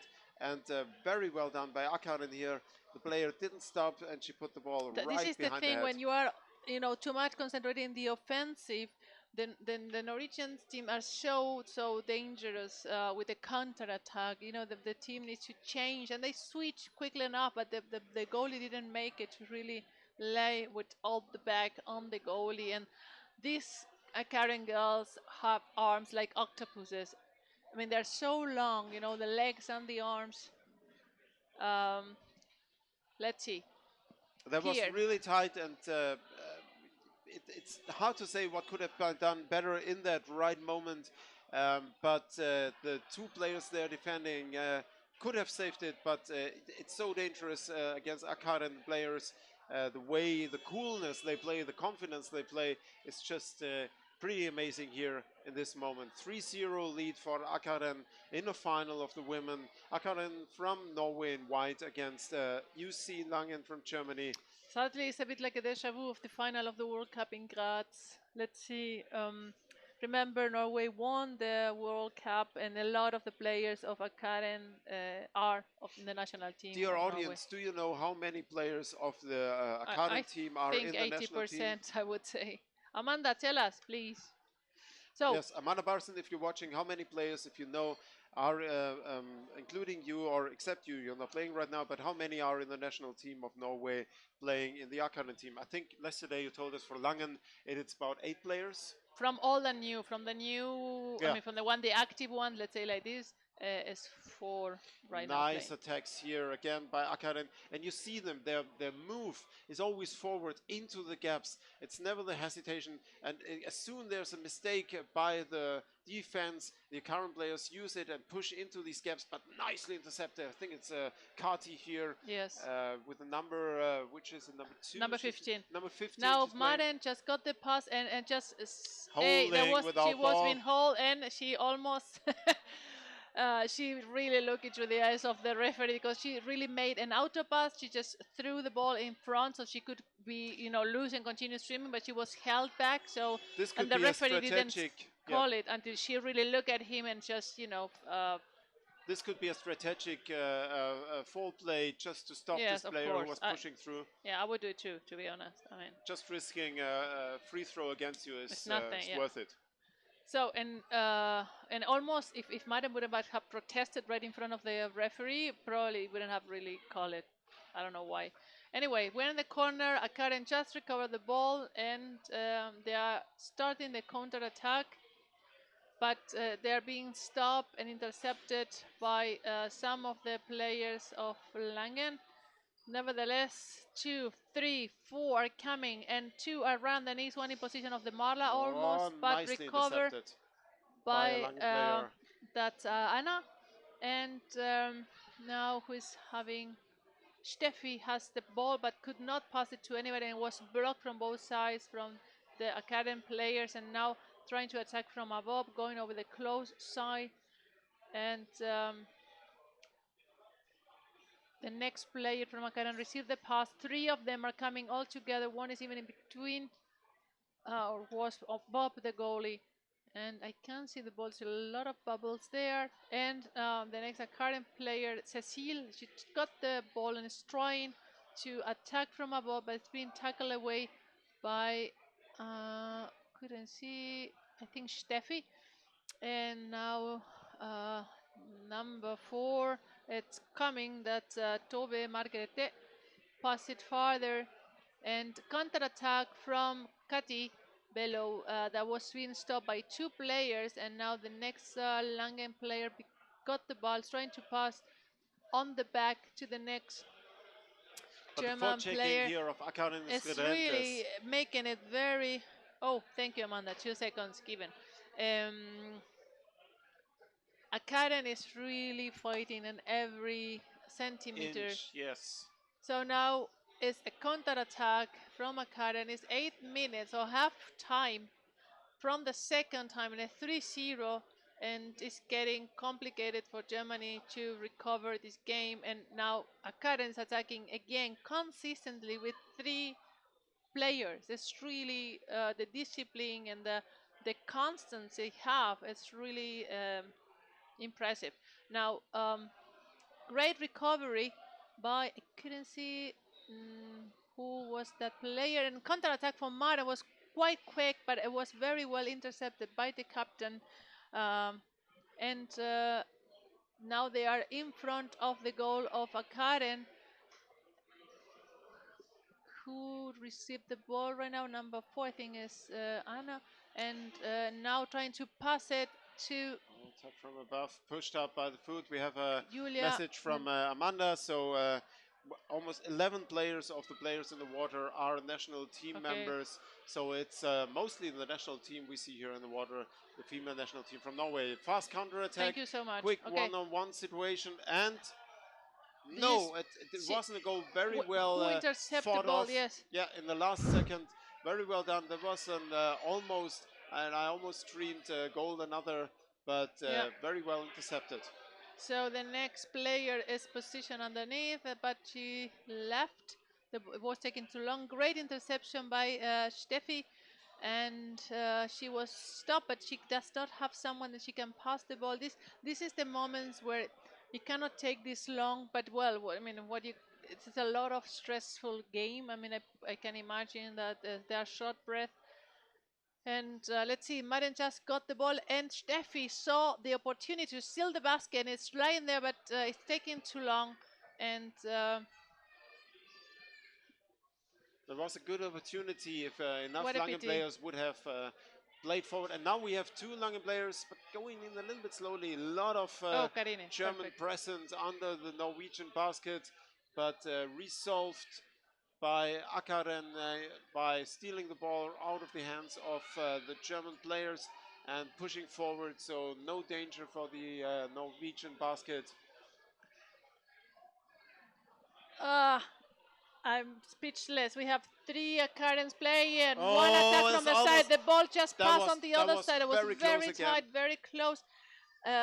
This is the 4th time that I'm doing this, or the 3rd time attacking from above, and the forwards from Langen need to help there a little bit more. I know it's difficult because they cannot be everywhere, but 2 goals have been scored like that, and it's so dangerous. But anyway, 3-0, 4-0. I mean, it's 5 minutes just left, another attack from Akaren. from The the player bottom is trying almost to pull up, undisturbed. and Kati just went and rubbed from the. What happened? Penalty. Penalty. Why penalty? Okay. Holding of the basket or shoulder in the I basket. didn't see that because Neither the did goalie I. went up and Kati went underneath to cover and to wrap herself But I don't know around what to happened stop the before ball. because the Okay. player from Norway tried to push up Yeah, the and goalie and didn't maybe move. she was Yeah. holding onto the Yes, basket. yes, I didn't yes. see. No, I'm not saying it's timeout- not. I'm saying I timeout didn't from see it. Norway, but I No, think Langen. yeah, but Akaren is doing the timeout sign. I know, but Langen asked Yes, it. I So think they are they giving asked it to before. Langen, so they. That's a how do you say not a nice situation for Langen in this So, moment. Amanda and Karin are interchanging information, and they're saying that 7 players were in Graz this year. So it's a big amount, and they are the world champions. They won, so that's the game. I mean, we're seeing we just saw a few months ago in Graz. So it's really fast game, and the only thing I can say is really Norway has been more consistent when they attack. They come with 3 most of the time, and that's really very impressive to see. And Langen has got moments where they attack really, really well, but they have sometimes a lot of, they break the attack until they regroup and then go again. You can almost say in the moments of attack, Akaren are like it's like machine-like the consistency. They look attack. actually like Akarens. You know when because Akaren are how was Squids. it? Squids, right? And they look like squids when they swim together. Yes, It's yeah, really like a funny swarm. because And penalty. here we Okay. go. Who is holding? Kati is holding, cutting and number Lisbeth 6. Haugsmeier Oh, and goal. very well done behind the back. A lot of Lisbeth. movement, and you get hold of the goalkeeper and then turn as much as soon as the goalkeeper doesn't know where the ball is. You have like she did right now, have a free hand just to put the ball in the basket. Very well done. So we have a 4-0 and less than 5 minutes left. It's a tough challenge now for Langen to turn this game around. I think it's I would say nothing is impossible. Yeah, never say never, but it's extremely, extremely, extremely difficult. They should be doing 1 goal per minute, and I don't see that happening. Let's see. So Steph is in position of the ball, being stopped by one of the defenders. Now they are moving around 3 meters away from. Maren was on the other side. I think she got the ball, but could not really attack because she was being intercepted by one of the forwards of the Norwegian team, and they're coming over the close corner. Next player, Ria, is bringing the ball to the other side, passing it to Steffi. Steffi is coming toward, pass it down to Janine. Yep, and now they're still going around, and trying to find a gap, but it's difficult because it's very crowded there at the goalie, and just Karen recovered the ball and is trying to start a counter attack again. Yep. At this point of the game, I think, like we said, it's hard for Langen to turn this game around, but at least you want to show you can score. So Langen, I guess they have to want to prove by themselves they are able to score against Akaren, and they should throw more force forward and risk to catch another goal, because it's if you lose, like again and again we say the same, if you lose a 5-0 or a 6-0, it doesn't change the game. And this is chance, 2 Langen players against 3 Akaren players, but not precise enough. The ball carrier Maren, I guess, was swimming out of the defense area. Yes, now, I mean, I'm with you, Melina. They need to go with everybody. Everybody. I mean, they shouldn't. They will have, no one at the back actually, because it's a 4-0. Okay, just almost another attack of the white team, and let's see, it's just less than 2 minutes. Or another chance. The number 22, I didn't see it right, was pushing against the goalkeeper, trying to lift her up. And the time is ticking, 1 minute 45 left. And Langen is defending their goal with their teeth. We have a cluster now on the surface, fighting around the ball. And Akaren players are breaking free with the ball. It's really close quarter fight here, and Langen is using every inch. Oh, nicely intercepted by the number 10 here from Akaren. This is, yeah, and Akaren continues pressuring and attacking and coming from above and passing to the next player on Langen the side. really is It's throwing really in all their weight, but Akaren plays cooler, is more in concentration. It's like a And another goal! Yes, that's 5-0 for Akaren. The goalie was left alone from the close side. She was pulled up and score. Any of the Norwegians recognize who was the play on the other side? but that's dominance you show when you are in this point of the game. Exhaustion comes in and everything, but you play cool, you play on the top level, and it's an impressive game here by Akaren against a strong Langen team. Yes, it's the 5th time that Akaren won the Champions Cup, and it's the only team that has won it so many times. And that's the end, 5-0 for Akaren. Congratulations. Congratulations to Akaren, An amazing the job. new and the old Champions Cup champion for the female teams, Akaren from Norway. Congratulations to them.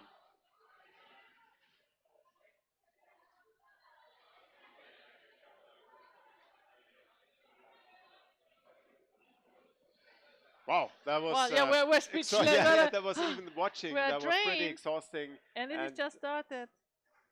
We have one game ahead of us, which is the final of the men, which is the Colombian Orcas against the German Malch team.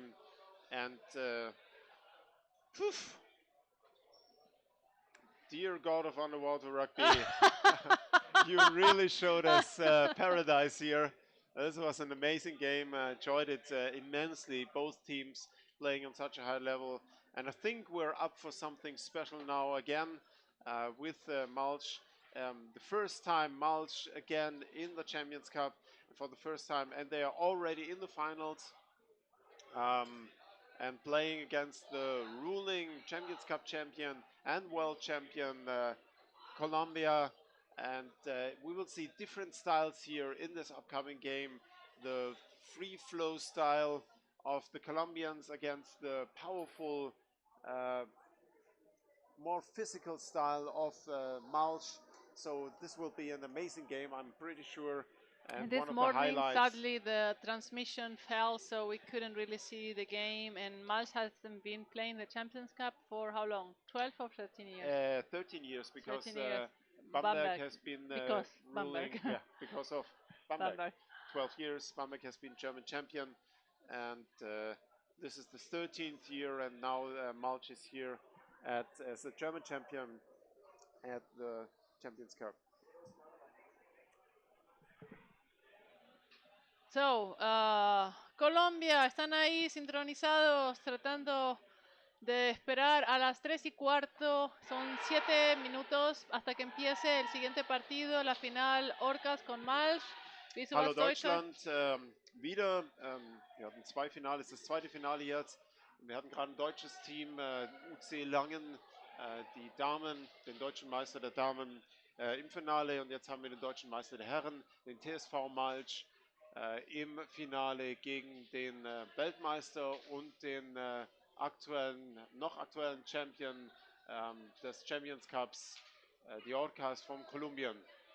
Wir sind sehr gespannt auf das Spiel, das jetzt kommt. Wir haben immer noch ein bisschen Herzklopfen von dem vergangenen Spiel, was wirklich auf einem unglaublichen Wir haben Level war. Herzstillstand mehr. Yes, Das ja, ich hab Adrenalinschübe und Schnappatmung von dem vergangenen Spiel.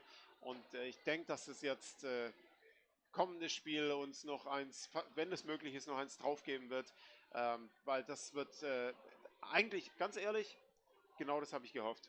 Ich habe auf dieses Finale gehofft. Ja. Und ich habe gehofft, ja. Malsch im Finale sehen, und ich will sie gegen die Orcas sehen. Ja, ist eine schöne Finale. Wir haben das noch nie gehabt. Alle die Jahren, wo die Orcas gekommen sind, haben Malsch, also die Orcas haben angefangen als Genau, Bamberg Malsch noch hat da. noch nie gegen, Und und es deswegen, ist natürlich auch für Malsch ein ja, die unglaublicher haben Moment. jetzt, viele von den Spielern haben klar in die WM gespielt, weil wir müssen sagen, alle die Spieler, die Orcas, die da sind, sind alle Spieler, die in Graz vor 3 Monaten gewesen sind. Genau, es fehlen sind. nur 2 Spieler, die praktisch nicht Orcas waren. Das, was wir sehen, ist die komplette colombianische Nationalmannschaft. Let me repeat a little bit Spanish. Pues lo que estábamos diciendo es que, bueno, los chicos de Orcas son los que todos ellos han formado parte del equipo nacional que jugó en Graz y que ganaron el campeonato mundial. Son los defensores del título de la Champions Cup. Y los de Malsch es un equipo alemán que tiene también varios jugadores del equipo nacional que jugó contra Colombia también en Graz, pero que no estuvo nunca, que no ha ganado nunca la final alemana los últimos 12 o 13 años, porque Bamberg siempre la ha estado ganando. Este año ganaron ellos. Y así que bueno, esto es un partido que nunca hemos visto, es algo nuevo, pero bueno, Wolf estaba esperando que fuera Malsch contra Orcas, la final, que también estuvo diciendo en I need alemán. my Así que snorkel. Can you give me my snorkel, please? I need air. I cannot breathe correctly without a let's snorkel. repeat this in English.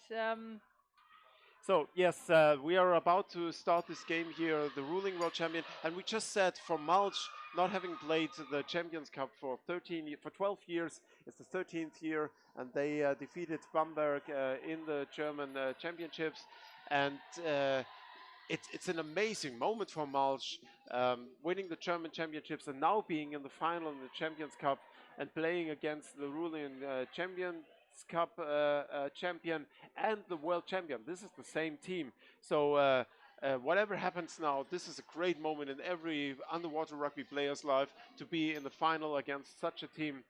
And the Orcas are looking forward to play against Malsch. And 2 of the players, Laverde and Samuel, already faced Malsch in the EuroLeague, so they know what they're going into, and probably this gave them an insight. But we heard from Lorena, if they take a timeout, they don't talk about the strategy, they just relax. So this is amazing what we have from Fede. When the Orcas taking a break and a timeout, they don't talk about a strategy, they do their thing. So. People, are you ready for the final, the second final? And after that final of the women, Langen against Sakaren, I don't know if we can top this, but I'm really excited for this upcoming game. What about you, Lorena? Me too. It's looking what the watch is 2 minutes and counting. And this is already hot in here. I mean. It's me, Lorena. I'm sorry about that. We need to, I radiate heat. It's going to be so fast, this game. It's going. We Or need not, to prepare or even our not. tongue. Maybe No, you think? sometimes. No. No, but it could be teams blocking each other. It's if the flow intercepts each other. It could be a slow game. It could happen. That's why I'm so curious what will happen, because I think we will see 2 different styles of playing, German against the Colombian style, and it could be they're blocking each other. So I'm curious what we will see. Either incredibly fast. We saw a game Bamberg, the Orcas. That was the fastest game I ever saw. Year. I think 3 years ago. I think. No, last year. And That's three, yeah, no, but there was one where I almost lost my voice within the game. It was the fastest game I've seen so far, and it was incredible. So I'm curious what will happen yeah, here. because they did not play in Graz. I mean, Germany didn't meet Colombia anywhere. Yep. They were not in the groups, and I wasn't sure. I thought they were, but the Colombians Yeah. are telling me that not. So, ladies and gentlemen, this is the last game, game 58 here, Champions Cup 2019. It's Champions Cup 31. We have a long tradition here of playing on the rugby community level. This is an independent tournament, independent cup. We are not associated with any federation. Let's read the names of the teams. I'm going to read here the Orcas, and you're going to read the. Yes, let's do this fast. So Oh, we are in the game. Game yeah. started now. Are you excited? And So Mulch is in ball possession, trying to push through. And stopped in the middle of the pool by the Orca for checking. Orcas in white, Mals in blue, and we are now in the middle of the pool, and Mals is in possession and coming towards the area of the Colombian team. Let's see.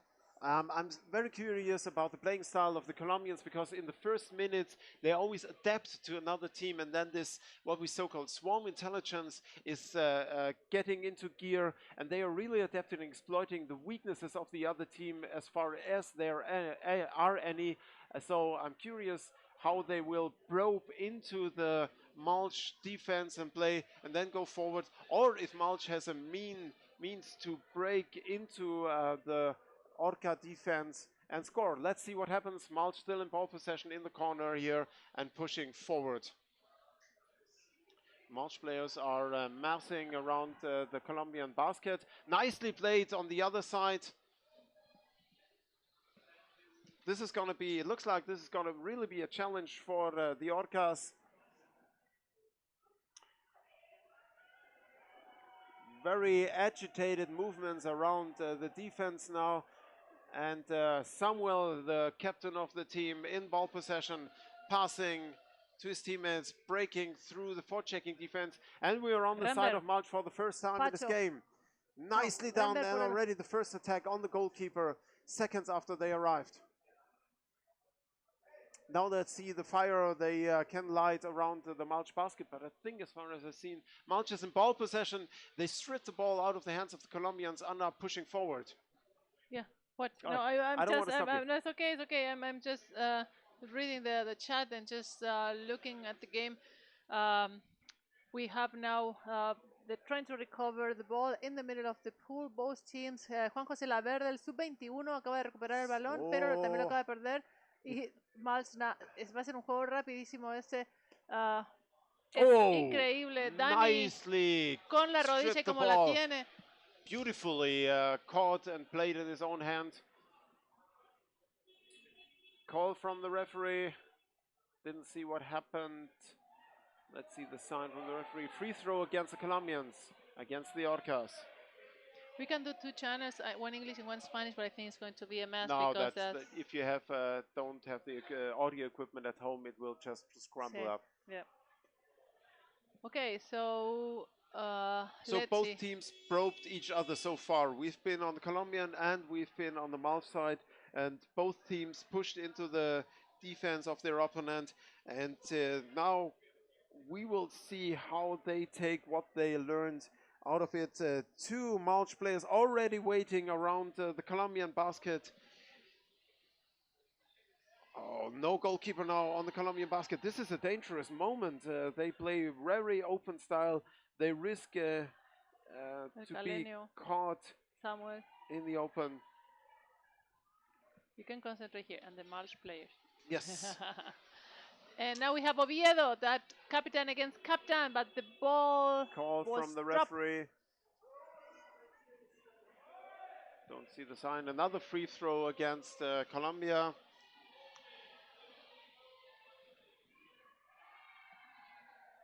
So far, these two teams are looking each other on the same level of confidence and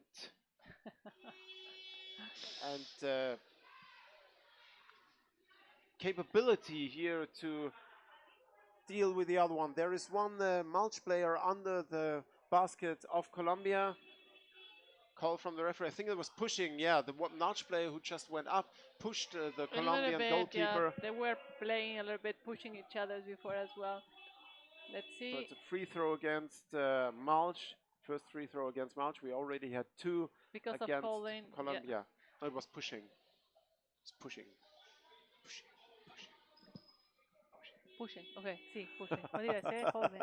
Yeah. I was just seeing if you're listening what I'm saying. Great so game so counter-attack. far.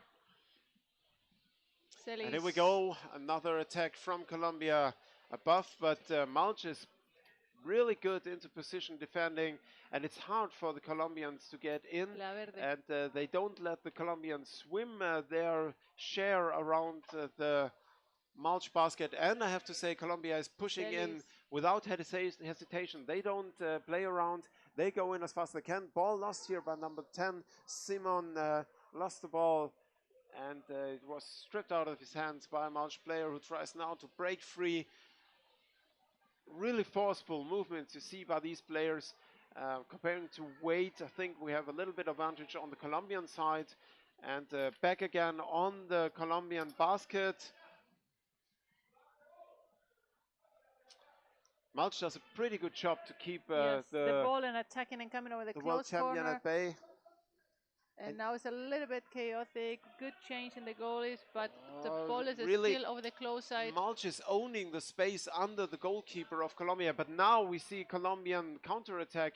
3 Colombian players going forward into the defense. They're waiting on both sides. The player in the middle tries to get away with the ball, and they're breaking out again, swimming around the basket, opening up the space to create a gap. And player number 6 is waiting for his teammates to show up. Federico. Yeah, they're defending almost with 2 men down. Mulch, I mean, it's really Eindrucksvolles Spiel hier von Arias Mulch gegen den Weltmeister und Champions Cup coming Champion. over the close corner, trying to attack. Es ist wirklich ein Spiel auf Oviedo. Augenhöhe, was wir hier sehen. Die Mulcher fit, wach, auch im Angriff, wenn sie auf die kolumbianische Verteidigung losgehen, liegen schon bereit und machen es den Kolumbianern wirklich, machen wirklich Chaos bei denen in der Verteidigung und sind sofort bereit. Und hier sehen wir gerade, dass die Kolumbianer nicht so richtig in die Verteidigung reinkommen von Mulch. Die liegen da wirklich sehr massiv. Ja, wirklich nicht. Also Mulch macht gerade wirklich einen super Job und hält also fast mit 2, 3, 4 Leute runter, die Kolumbianer. Aber yet Samuel just got the ball and is trying to attack from above, pass it down on the other side. Chula Verde that could not attack. I think now Federico has the ball and is going up in the surface, being tackled away. Next Colombian just got the ball. Could be Rembe, but I'm not sure. Yeah. Incredible defense work by Mulch here. They seem to anticipate the movements of the fast-swimming, fast-playing Colombians who play safer than they did against the other teams we saw in the Champions Cup. And now they lost the ball. Wow, recovered by very well Rembe. decided by Rembe Increíble ese here. recobro de Rembe. A ver, están Federico que viene con el balón y a ver que Pacho está tratando de ver si puede recibirlo y viniendo del lado cerrado por lo menos contener el balón ahí. Pero donde creo el resto está cambiando. Half the time of the first half is over, and here Colombia is pushing hard. Number 11 pushing into the goal. Next, number 2 coming afterwards. But there is always a Mulch player ready to stop this attack. It's incredible the defense work we see here from Mulch. They are really, they're almost a step ahead of the attacks of the Orcas. Incredible. Something Call from happened. the referee. Oh, interesting. It was too bubbly. We couldn't see. 2 minutes. 2 minutes for a Mulch player and free throw against Mulch. And time out for wow. Entonces acaban de echar a un jugador de Mulch. Todavía no nos enteramos por qué ni qué jugador es. Ahora cuando lo vea quizás podamos saber qué pasó. Y Mulch entonces acaba de pedir 1 minuto. En la final they have in the final 1 timeout per half side, right? Yes. So also eine Strafzeit hier für Mulch, 2 Minuten. Für 2 Minuten wird Mulch jetzt in Unterzahl spielen gegen die kolumbianische Mannschaft. Das wird eine große Herausforderung.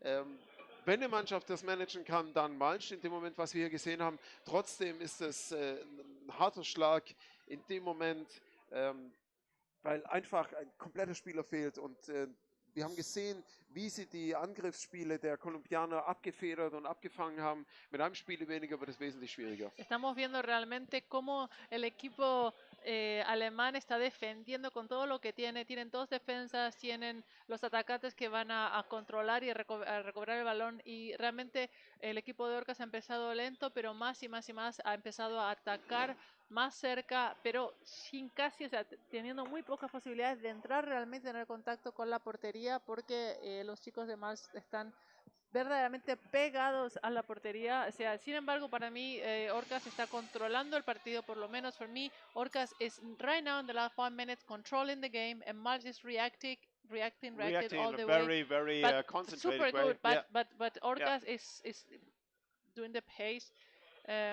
So And I know that some of the players from Mars really were looking forward to play against Orcas. yes, And absolutely. they were even I looking would. forward to play against Colombia Yeah. in the World Cup. So I think that's a nice. So I'm curious how Mulch will react and if the Colombians will go into this chance with as much push as they have to go out of these 2 minutes with a 1-0 lead at least. Another call from the referee. It's going to be rough, that's for sure, in the next 2 minutes because Mulch has to play Ahora physical tienen- to keep the Colombians at bay. Colombia tiene que meter todo lo que tiene ahora, que los demás están con 5 jugadores. Esta es la oportunidad de meter el gol. This is the opportunity for the Colombian team Absolutely. to score. Not that, I mean, ay, a ver, la verde. We see a Pacho, lot of están Colombian todos ahí players metidos. messing around the Mulch basket, but Mulch is trying to control, hold the ball, and call the time down until their sixth player is in the water. We are on the surface, in a cluster on the surface. Another call from the referee. I think it was someone stepping on the step here, not allowed, and it's free throw against Colombia. Good chance for Mulch to relieve their defense and go in the offense, control the ball. Time is ticking. 45 seconds left in the time penalty for the Mulch player outside of the game. So very well done by Mulch to stop the game of the Colombians in these 2 minutes with one player less. So, getting ready for the free throw. There's one Colombian right behind the line of defense of Malta, trying to attack the ball from the back. Wow, interesting technique. And the Pacho. A ver, and we have 2 Malch players and 2 Colombians. Samuel in the mix there, and Pacho. Someone should be lying behind on the bottom just to grab the ball if someone let it go. And let's see, the ball drop and something happened. Apparently holding, right? Looks like holding. It's free throw against Mulch, and Mulch is back in full force. 6 players in the water, and we have 4.5 minutes left in the first half. Free throw for Colombia.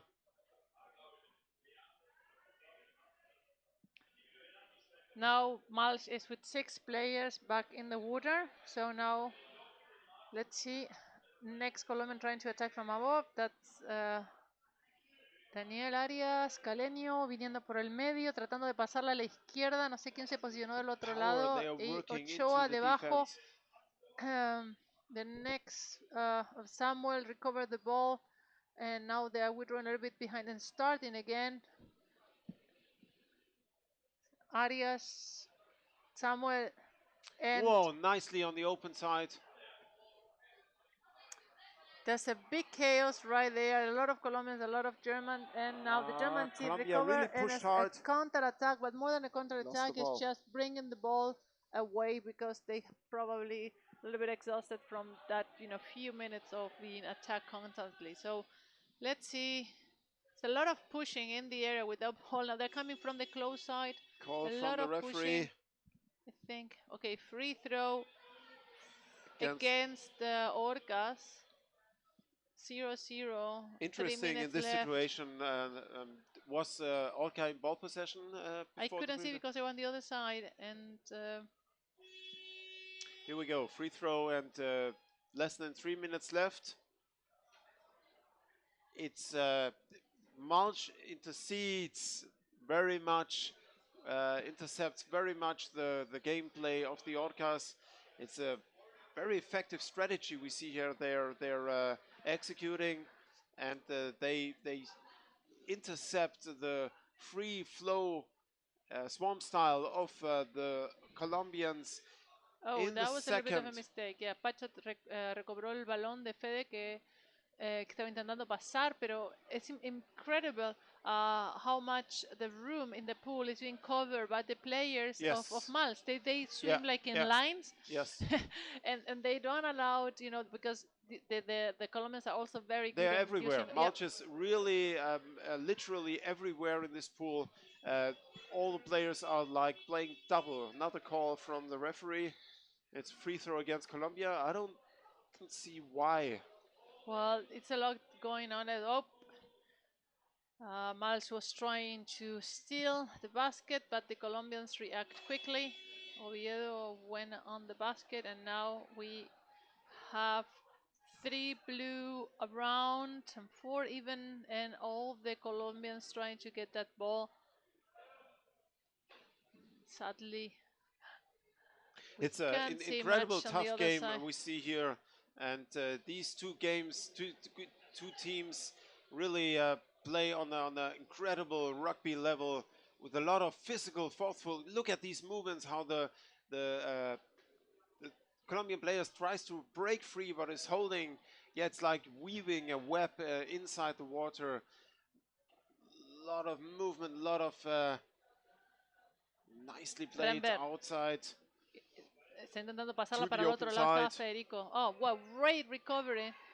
Oh, Counter-attack. counter-attack. I think it's Jochen Schottmüller going for the Yeah. Colombian basket with a lot of speed. He's a very powerful player, but And was stopped. He wow. was out of air, but Arias, he got injured Yeah. the knee like 2 weeks ago. Amazing recovering. At the That EuroLeague. was really dangerous. Laverde is a very good goalkeeper. Was called there. No, Laverde is not there. No, Who it was was, Pablo? Pablo, I think was. Sorry.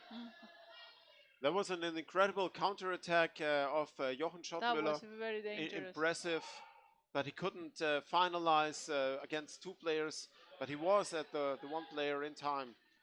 This is very exhausting game we see here. They play with a lot of speed, with a lot of physical force, and they're stopping each other in every second within the pool. Another call from And the the referee end of the end of the first half. half. Wow, give me 5, Lorena. Thank you.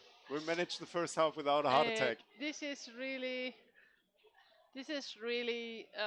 breathtaking. Both teams are playing really, really, really good. I mean, they have completely different styles. They have completely different styles, but they are neutralizing each other. I mean, they had situations where risky for both. They could have scored goals both, and they're covering so much playing area. It's really Yeah.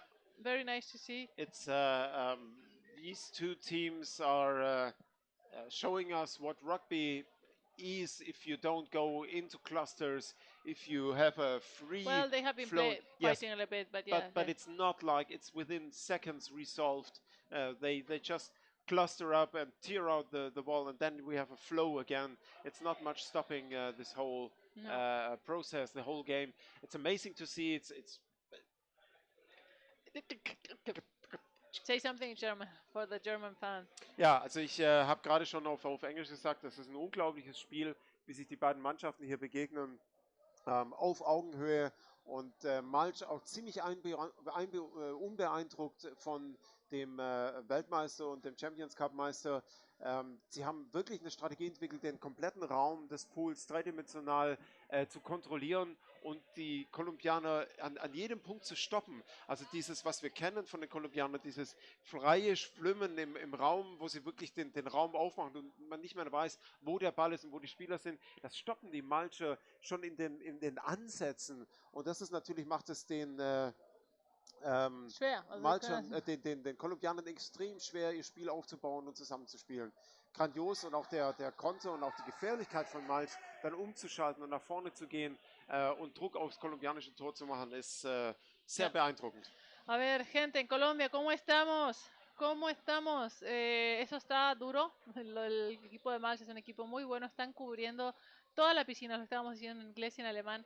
Toda la piscina tridimensional. Los chicos de Orcas normalmente nadan en esa tridimensionalidad. Hacen esas trenzas que normalmente hacen los chicos de hockey, pero lo hacen en toda la piscina, los 4 metros de profundidad. Y realmente el equipo de Malta está frenando cada movimiento, cada vez que quieren intentar a nadar, tienen una línea, o sea, se están cortando en líneas y entonces los jugadores de Orcas no están pudiendo realmente hacer esas fantásticas ataques de contraataque con una velocidad y llegar a la portería, sino que están siendo frenados todo el tiempo. Han tenido buenos ataques, han tenido un par de contras de match que han sido también difíciles y que han salvado, o sea, 15 minutos faltan y la verdad que esto es un partido duro para los dos equipos. Impressive altogether, and rugby as we want to see. And we have 15 minutes of it ahead. And Lorena, I couldn't tell who's the dominant team in this match. Who is the dominant? Yeah, I think it's really difficult to Well, say. for me, I think right now, but this could be also German. I think Orcas are a little bit more attacking and more little bit controlling the overall game, but just a little bit more. Let's say 60%. And Mars is a little bit more reacting, but it's also, I think, it's a little bit the way the Germans are. They're defending because they're waiting for them to come to recover the ball and go. So 60 for the Colombian team, 40 for Mals. This would be what I feel like, because also when they react toward the Orcas, they then immediately are active in what they do when they attack, but they're just not being able to be in control of the ball as long as the Orcas team does. Yeah. And I'm not saying that the attack of Orcas are more effective, because they did have a few times, but they couldn't really achieve the goal. And they have been around the goal of Mals longer than what Mals has done around them. So that's what I would say. And we have a post here from Jody Wilson, who says we're lucky to play against both of these teams. Impressive final. Yeah, this is what the Champions Cup is for. Every year, new teams or teams like from far away, like the Australians, are able to play against world champions and against top teams like Mulch or Jesus. So this is a learning curve, something you take with you. And we hear from a lot of players after they played at the Champions Cup, the whole all-over training improved. So back in the game, Mulch in ball possession from the start.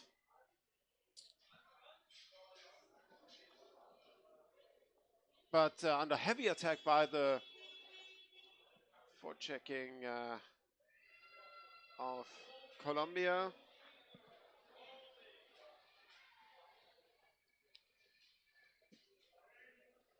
Free throw for Malch. And now we have an attack from the close side, and that ball got lost right in the attack, and the counter-attack. Oh, fast counter-attack. Celis, I think, is in a counter-attack, super fast, alone, pass it down to the next player, Laverde on the one side. I couldn't see who is in the close side. Still, the Colombians are controlling Laverde the ball. trying to attack, trying to pass on the other side, just pass it to Calenio. Calenio recovered and it's being attacked by two. Call from the referee. No. Oh, penalty! It's a penalty against Malch. Penal, chicos, acaban de cobrar un penal. Holy moly, A favor de Cannelloni. Orcas. Dios, me va a dar algo. There was an incredible attack by the Orcas, and you could see the defense timeout by the Orcas, and you Acaban could de see pedir the un- defense from Malch really interfered with the normal attack. Laverde couldn't do his normal thing, just like stomping the ball into the basket, but nevertheless they forced the team from Germany to make a mistake and to have the shoulder or holding onto the basket, whatever happened here. So we have a penalty throw against Malch. Let's say who's gonna execute that one. I'm close Ich to habe a heart attack. Bauchschmerzen. Yeah, I have my tummy is also whoa, and my heart is beating very fast. And my hearts are really with both teams. We love both teams. I couldn't really see what was the penalty, if it was holding or shoulder or anything, because it was too crowded, and Juan Jose was right there in the front, Yeah. blocking the whole view from the penalty. But he was, you know. But that's a good point to say thank you to the referees of the Champions Cup 2019. Yeah. Incredible work, very exhausting work to be concentrated and to stay in the games all day long. It's an honor for them to do the refereeing here, but also it's exhausting and hard work. So thanks to the referees of the Champions Cup 31 here in Berlin, and the referees are going down. Let's see who is going to execute. I cannot see the number.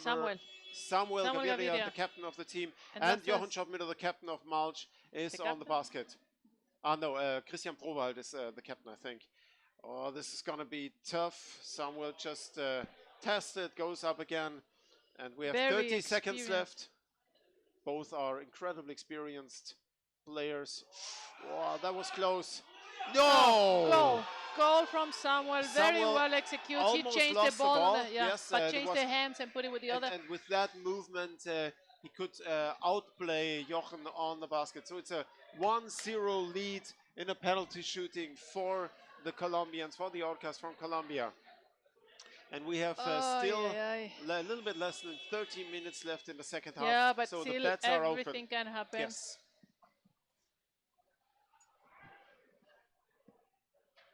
Wow, ok, 1-0 acaba de meter Samuel un golazo en el penalti. Ahora hay que ver con cuidado porque Mal se va a venir con todo, son muy peligrosos también. Y queda todavía 12 minutos del partido. Ok, so counter attack from Colombia. 3 Orcas, 3 Mal's, and here we are underneath the Mal's goal. This a blocked ball there, nothing is moving. Oviedo recovered it. Pacho got is trying to go on the other side, waiting. Federico received the pass. Rember is behind the defender, and they are going over the close side.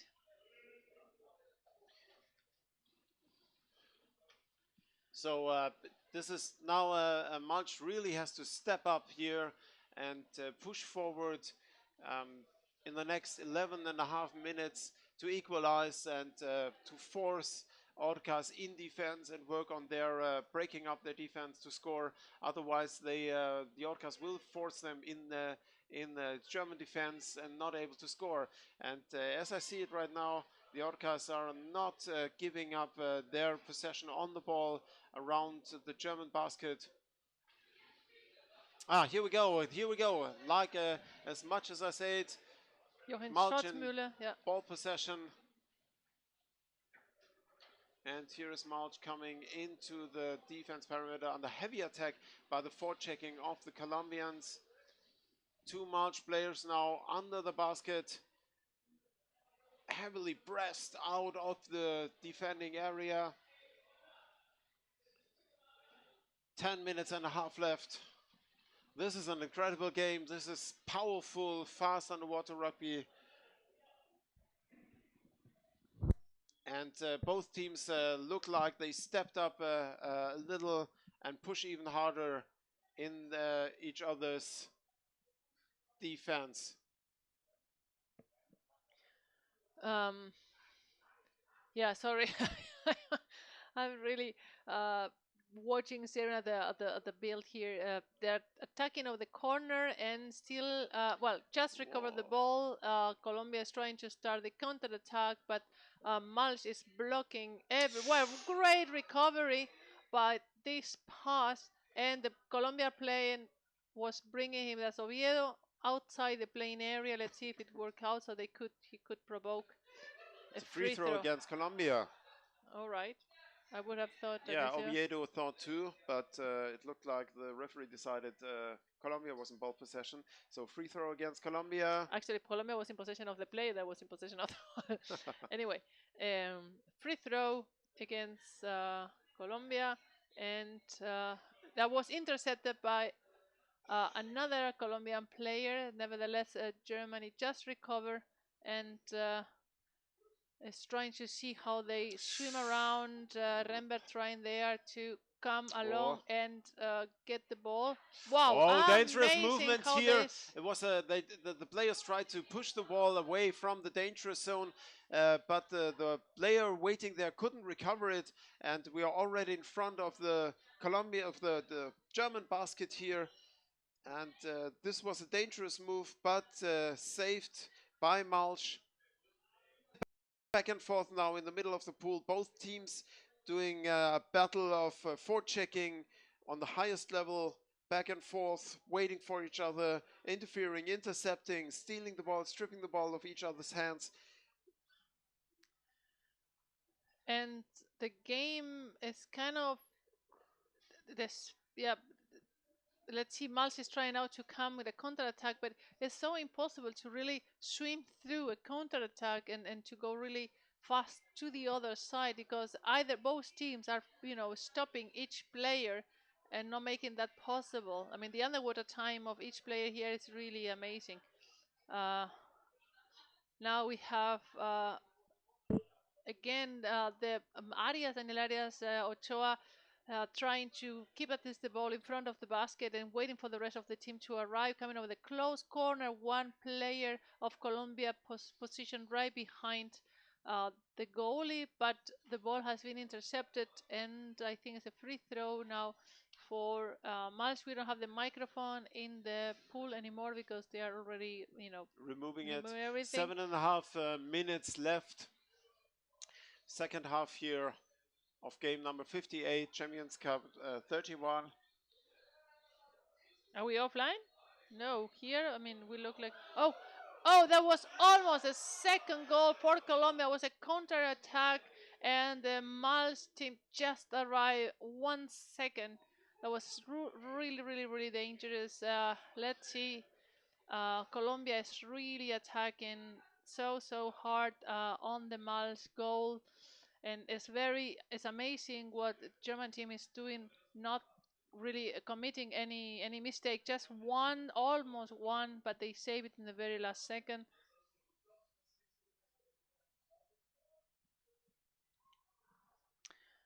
So we have now. Colombian players are pushing in from the open side into the basket defense area. It's incredible how they can hold on to the ball, and there is always a Colombian player waiting to receive the ball, and then as soon as they have it, they leave the dangerous area, swim around the basket. But this time the ball was stripped out of the hand of Colombian players, and Malch is owning the ball, passing back to the goalkeeper. Always a dangerous situation in this moment, but pretty well saved here, and Malch is on the way to the Colombian basket. Right now, I would say Colombia has been much more in control of the game, but let's see if Malch can do something now in this attack. And it's still 5.5 minutes to go. They are in the surface, in the corner, and the ball is in the hands of Colombia that starts the next counter-attack and just continue swimming in the corner. Federico and Laverde trying to pass the forwards. Still there. Calenio acaba de recibir el pase y está tratando de quitar al defensor, pasar el balón. ¿Quién está? Ochoa.